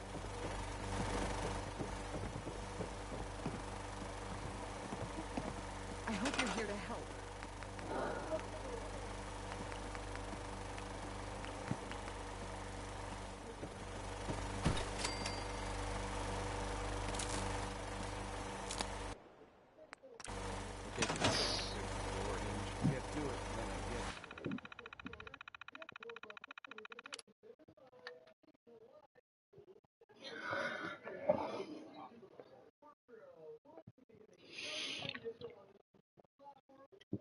So if there's a guy you need to talk to, you go to Access VIP Tracker. You go to all companions. And this will put a map marker. Oops, sorry.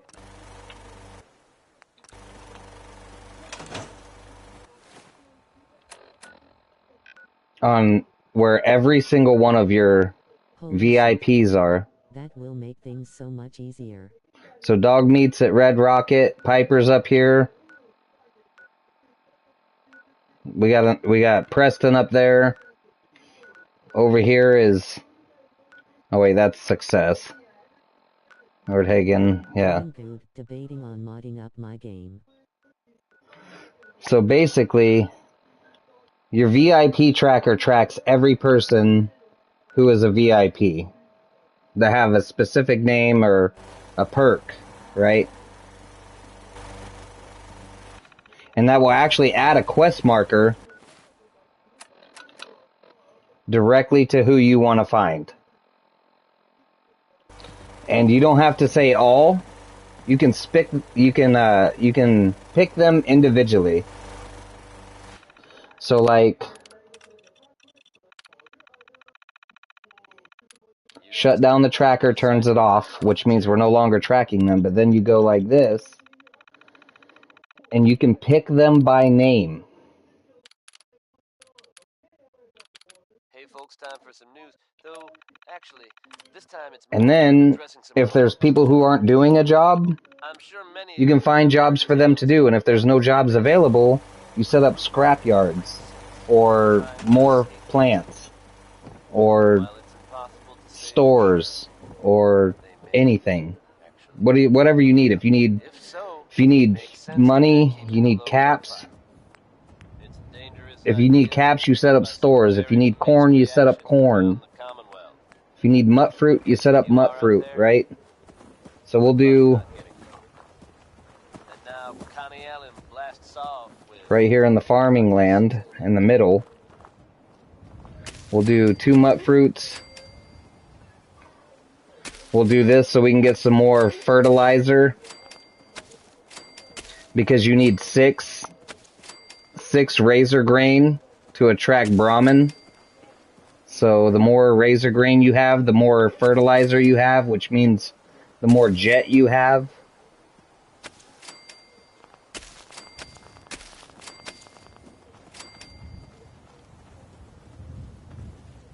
Word's spreading all over the Commonwealth. The Minutemen are back. They've set up a radio station. So we'll go ahead and get our jet farm set up. Set up some food for some more people. Well, I hope they stick around for good this time. We need it. Definitely.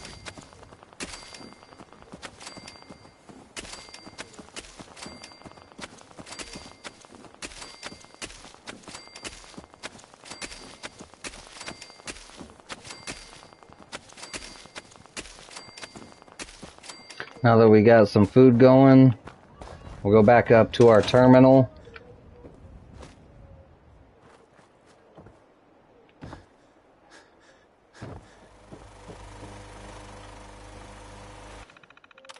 And then we'll find some jobs for some unemployed people. We'll assign them to farming. We want all of them farming this stuff. Let them be assigned. Vocational overview.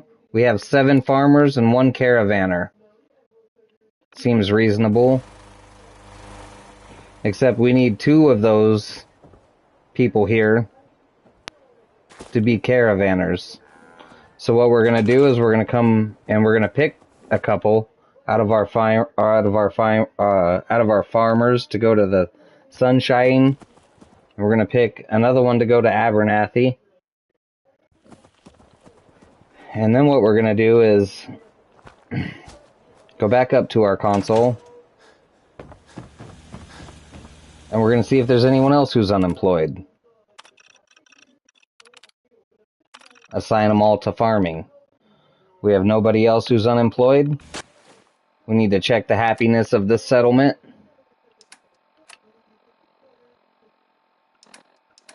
Workshops. Oberland. We have 8 people here. They need more water, they want more power, and they want more defense. So in order to attract more people here, we need to increase the water, the power, and the defense. And look at this. They can't even hurt us here because we're above them. So they don't even know. They don't even know. What we're going to do is we're going to remove some of this. We're going to remove this. We're going to go over here to structures. We're going to go to wood. We're going to go to floor. We're going to put a stairway up to the top. Bang. Dude, that is a complete game changer for me. Make life in the wasteland so much easier.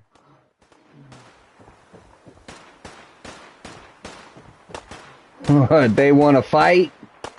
You don't know me. I might as well be Kobe.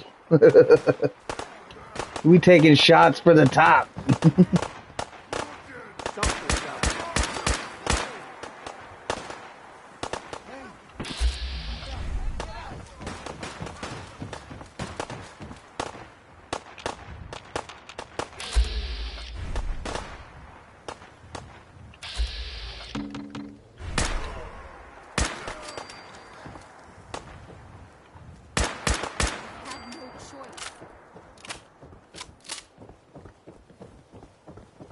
Have a minute? Hey, Yeah? over here. Yeah? Hey. I'd really like to talk to you. You ready now?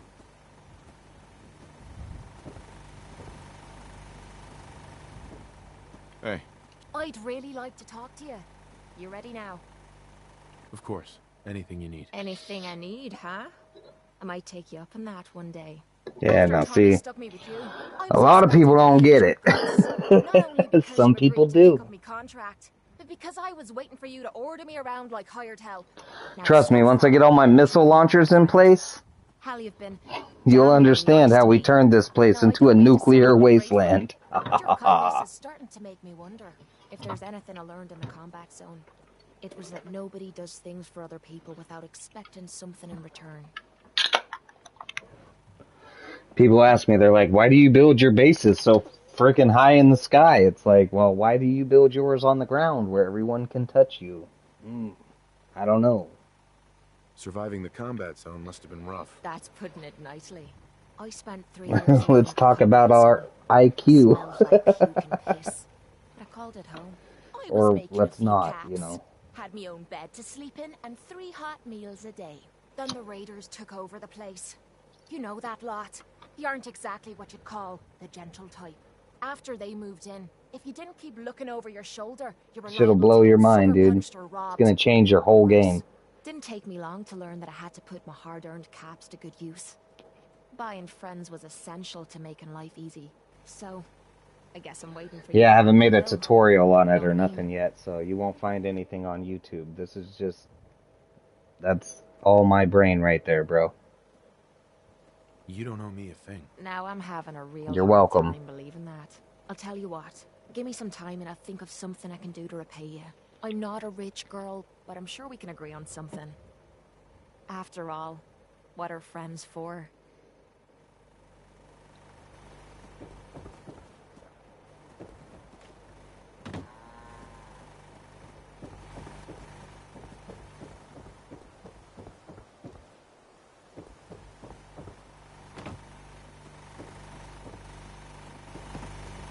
I usually make a safe zone in the middle of sanctuary. Castle has defenses out the wazoo and concrete walls in the gaps.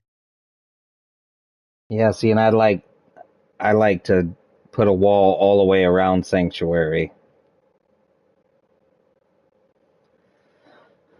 And then on top of the wall, outside of reach, I like to put the turrets.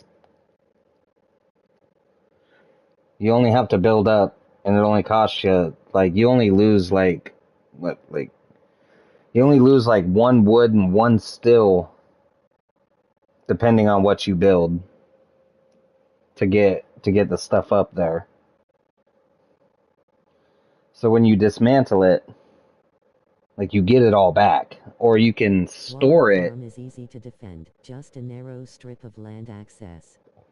or you can store it and use these things multiple times to put your stuff in the air.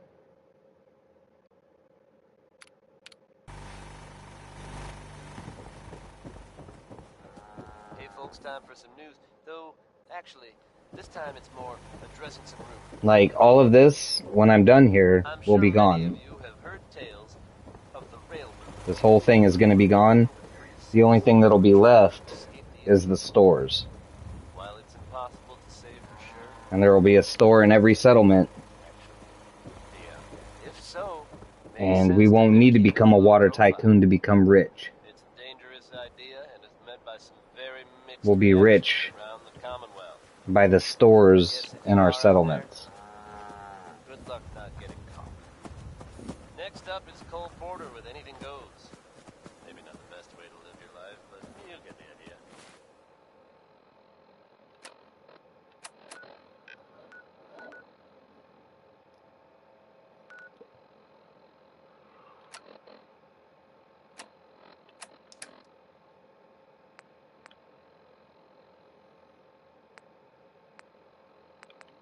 It says we failed, but we did defend it.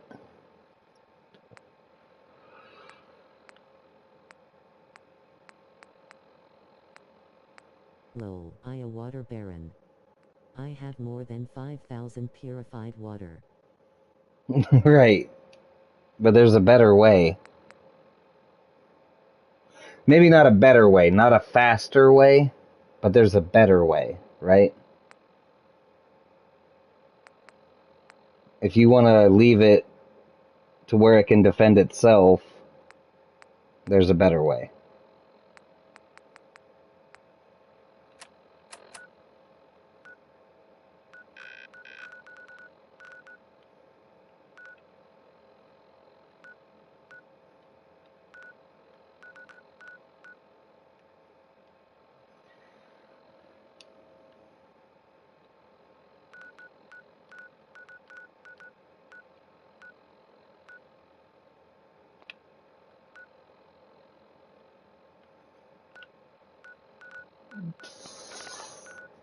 This is how we get to the glowing sea.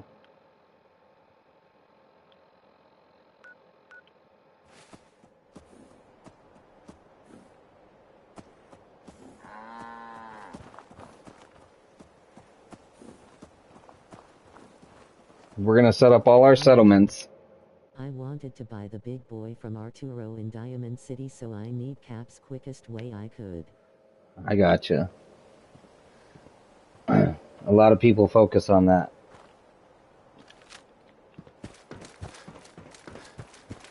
Once they realize you can shoot your own nukes. See, I like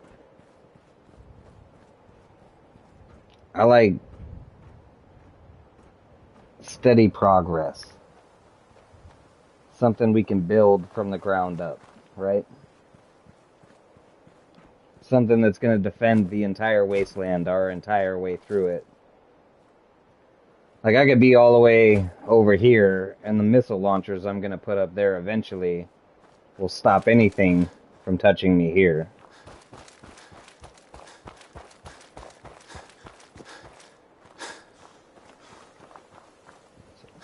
I didn't look up any tutorials. I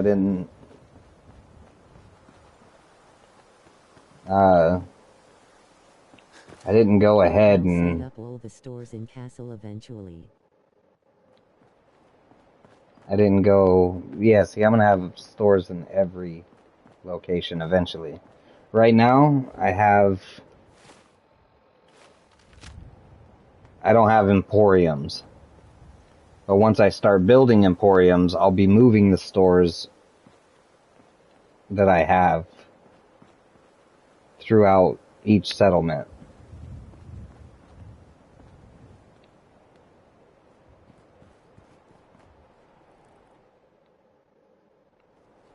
So that way, when I go and collect the caps from my settlement, instead of 250, it'll be, 500, and then 750, and then 1,500, and then 25,000, and then eventually we'll be collecting about 50 to 60,000 caps a day. Because we're rebuilding the world. We're no longer surviving, we're thriving.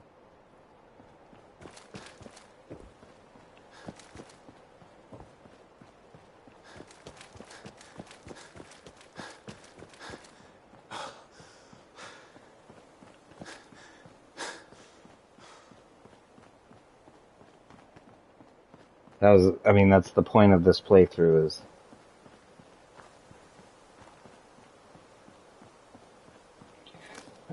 to do it differently.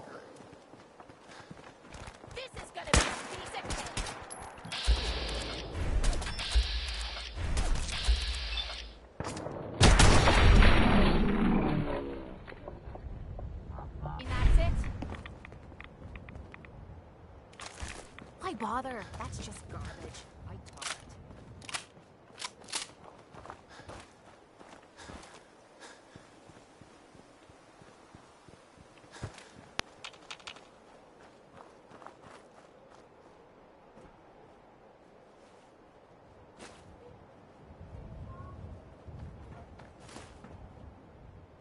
Shamblers. I hate these wretched things.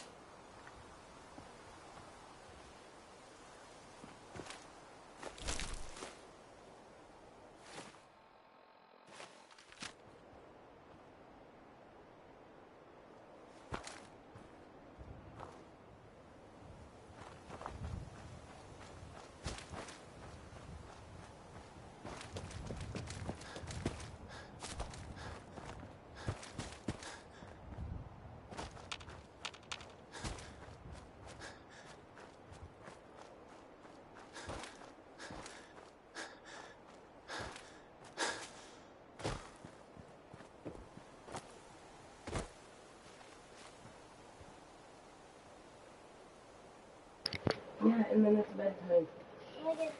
But Shane kind of said push up.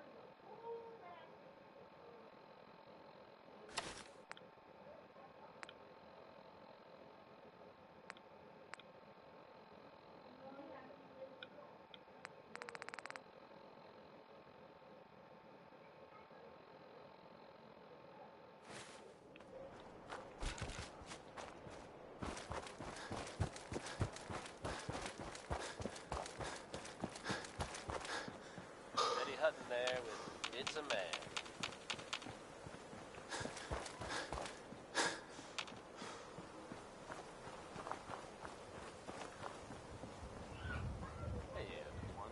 Travis Lonely Miles here, bringing you the type of news you just don't hear about every day.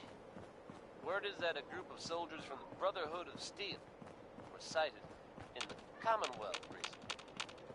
Things got hairy for them at the old Cambridge police station. How hairy? I can't be sure.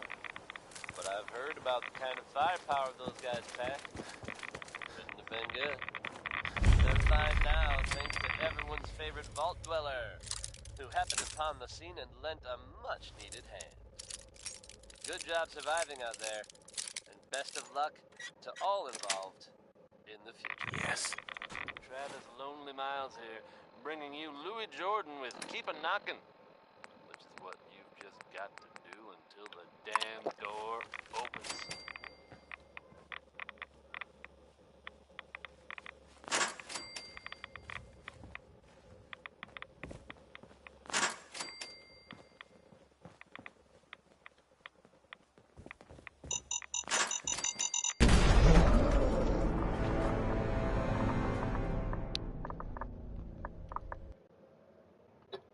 Son of a skit.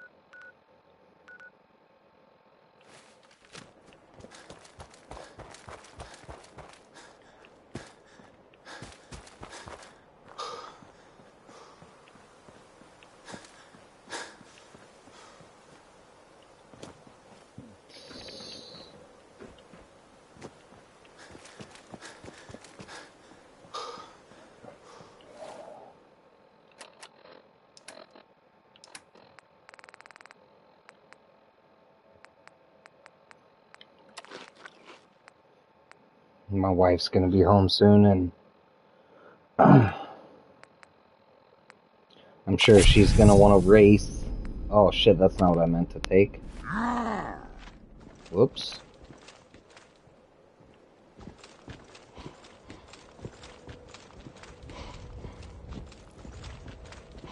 So if I do have to end the stream,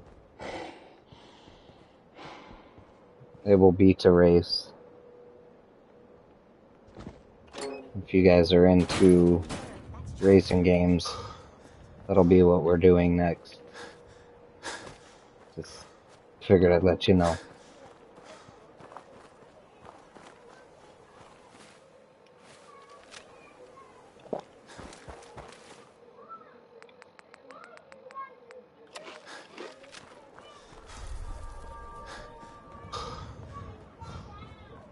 Cool.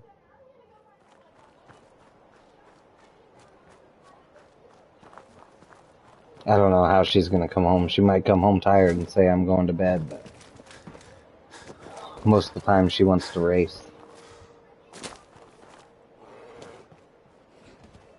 Which racing game? We'll be playing Need for Speed.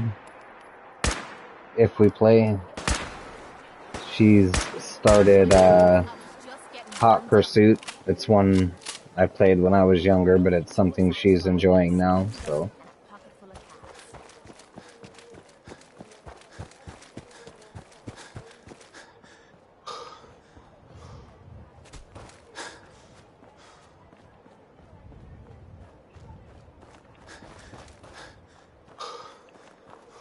I just wanted to make sure you guys were aware, like,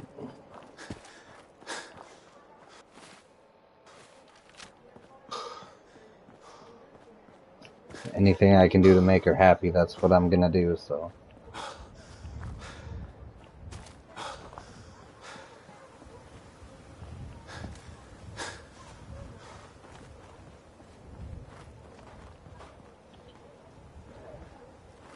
I think I had that one in my class. It's not because she's mean and she dictates it. It's literally because I like the way she smiles, right? We've been together since we was 15. We're 35. So, like, we've been together 20 years. And if there's anything I could tell you about making a woman happy, is if you can, do it. Because if she's happy, you'll have a happier life. Don't be correct just to win an argument.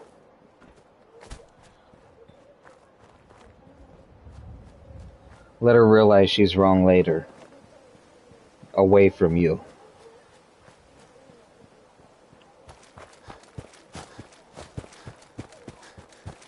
Happy wife, happy life.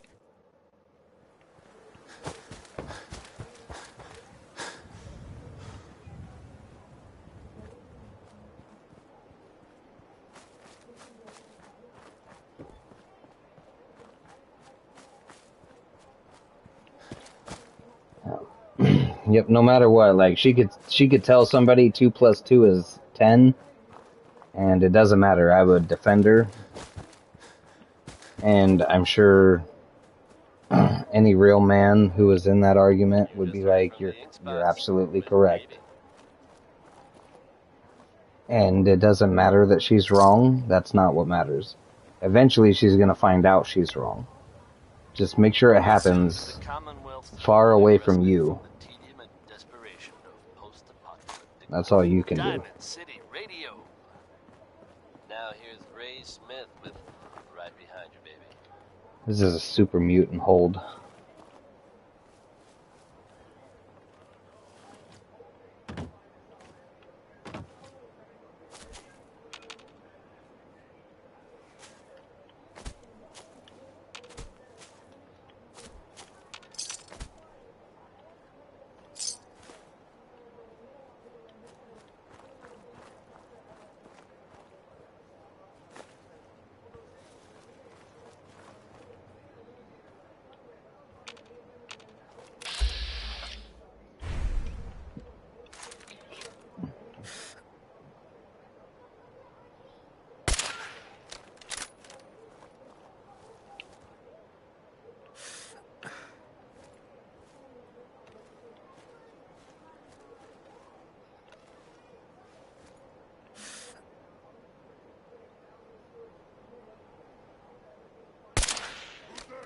Whoa, whoa.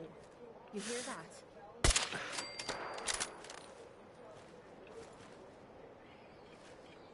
Green-skin freak!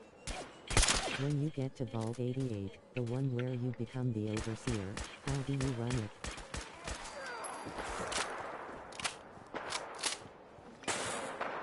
The only thing I could say is like a boss, bruh.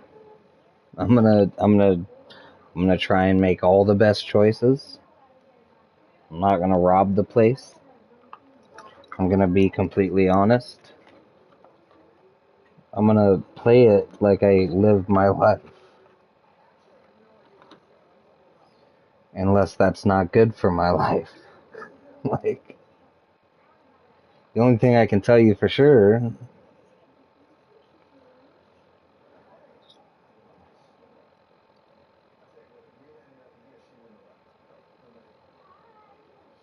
is I play to win.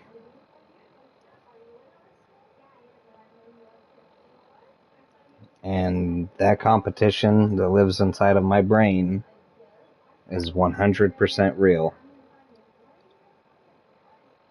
That's why when I played Apex Legend, I became Predator.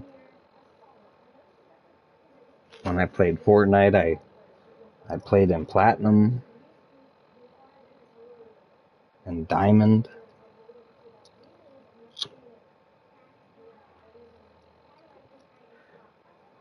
When I played Call of Duty, I broke 11 world records.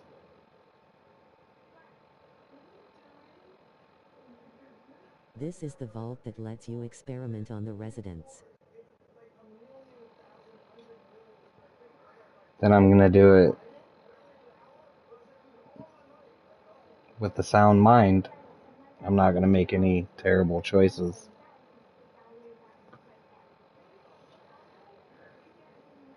In game or in life, I keep my conscience clear.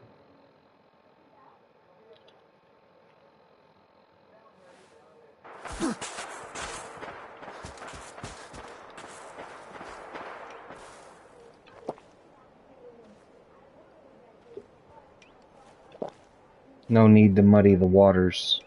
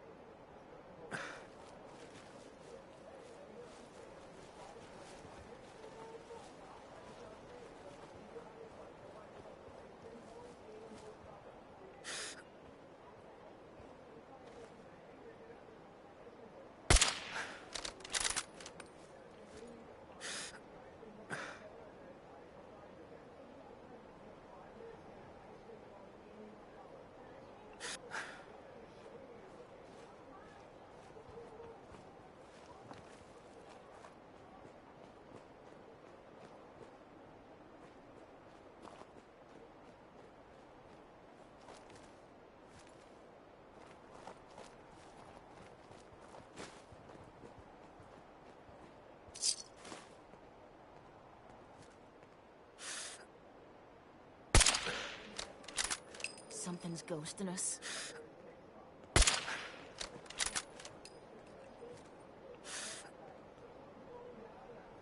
I gotta lower the dosage.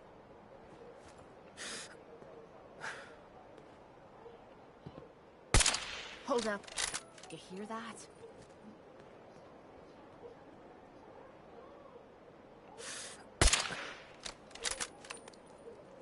Well, that was a whole lot of nothing.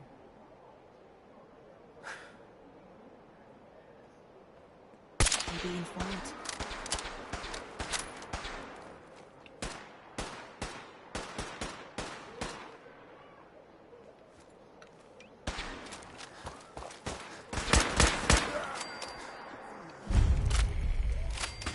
Swore I heard something. Let me know if you find some spare ammo.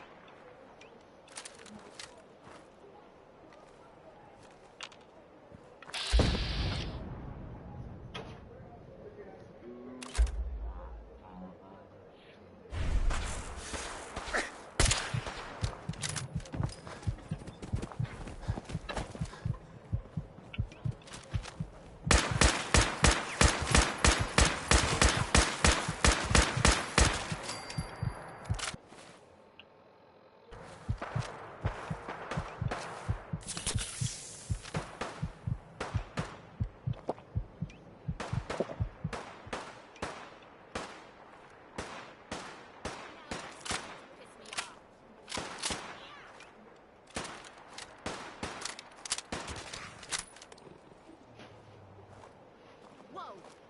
What the hell?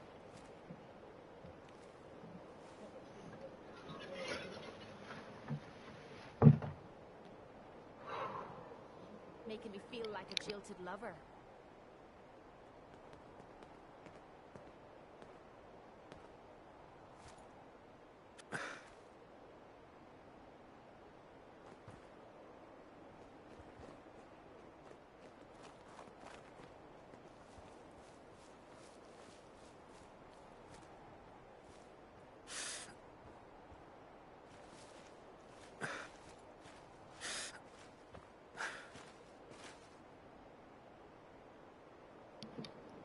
Alright, just gotta let me find a bed and then we can race.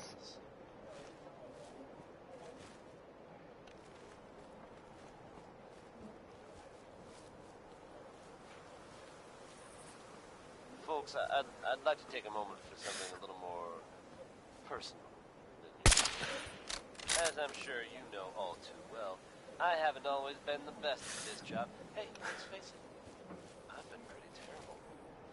Thanks to the efforts of a few of my friends. I've decided to change how I look at things, how I live my life. I'd like to just take this opportunity to thank the Vault Dweller for lending me a hand. I really do. All right, folks. That's enough sentiment. Get it on back. Here's Betty Hutt singing about the man she just can't stay away from. He's a demon. He's a devil. He's a dog. You hit like a rat roach.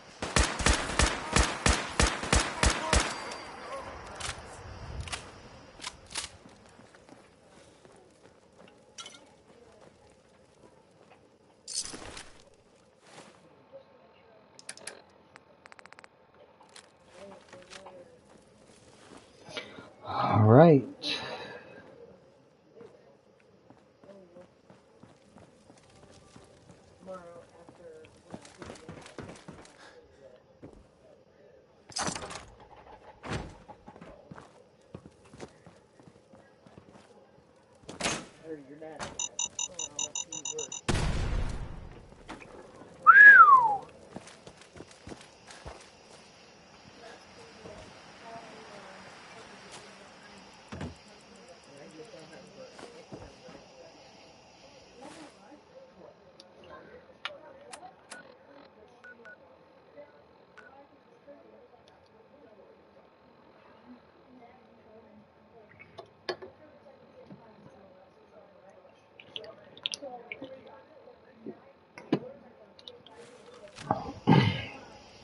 Well, ladies and gentlemen, Becky wants to race.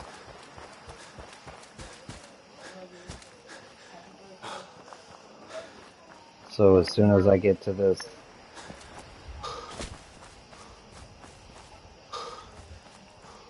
and I find a way to sleep, we're gonna race.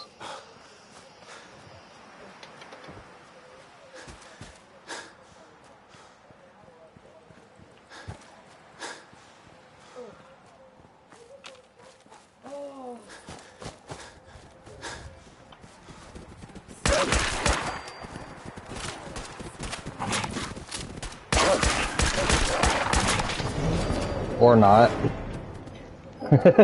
Damn. So close. We damn near got there this time.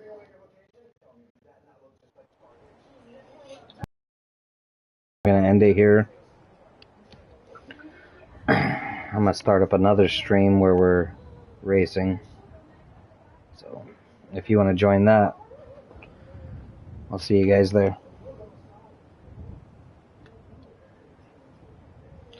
For those who don't, I appreciate you showing up.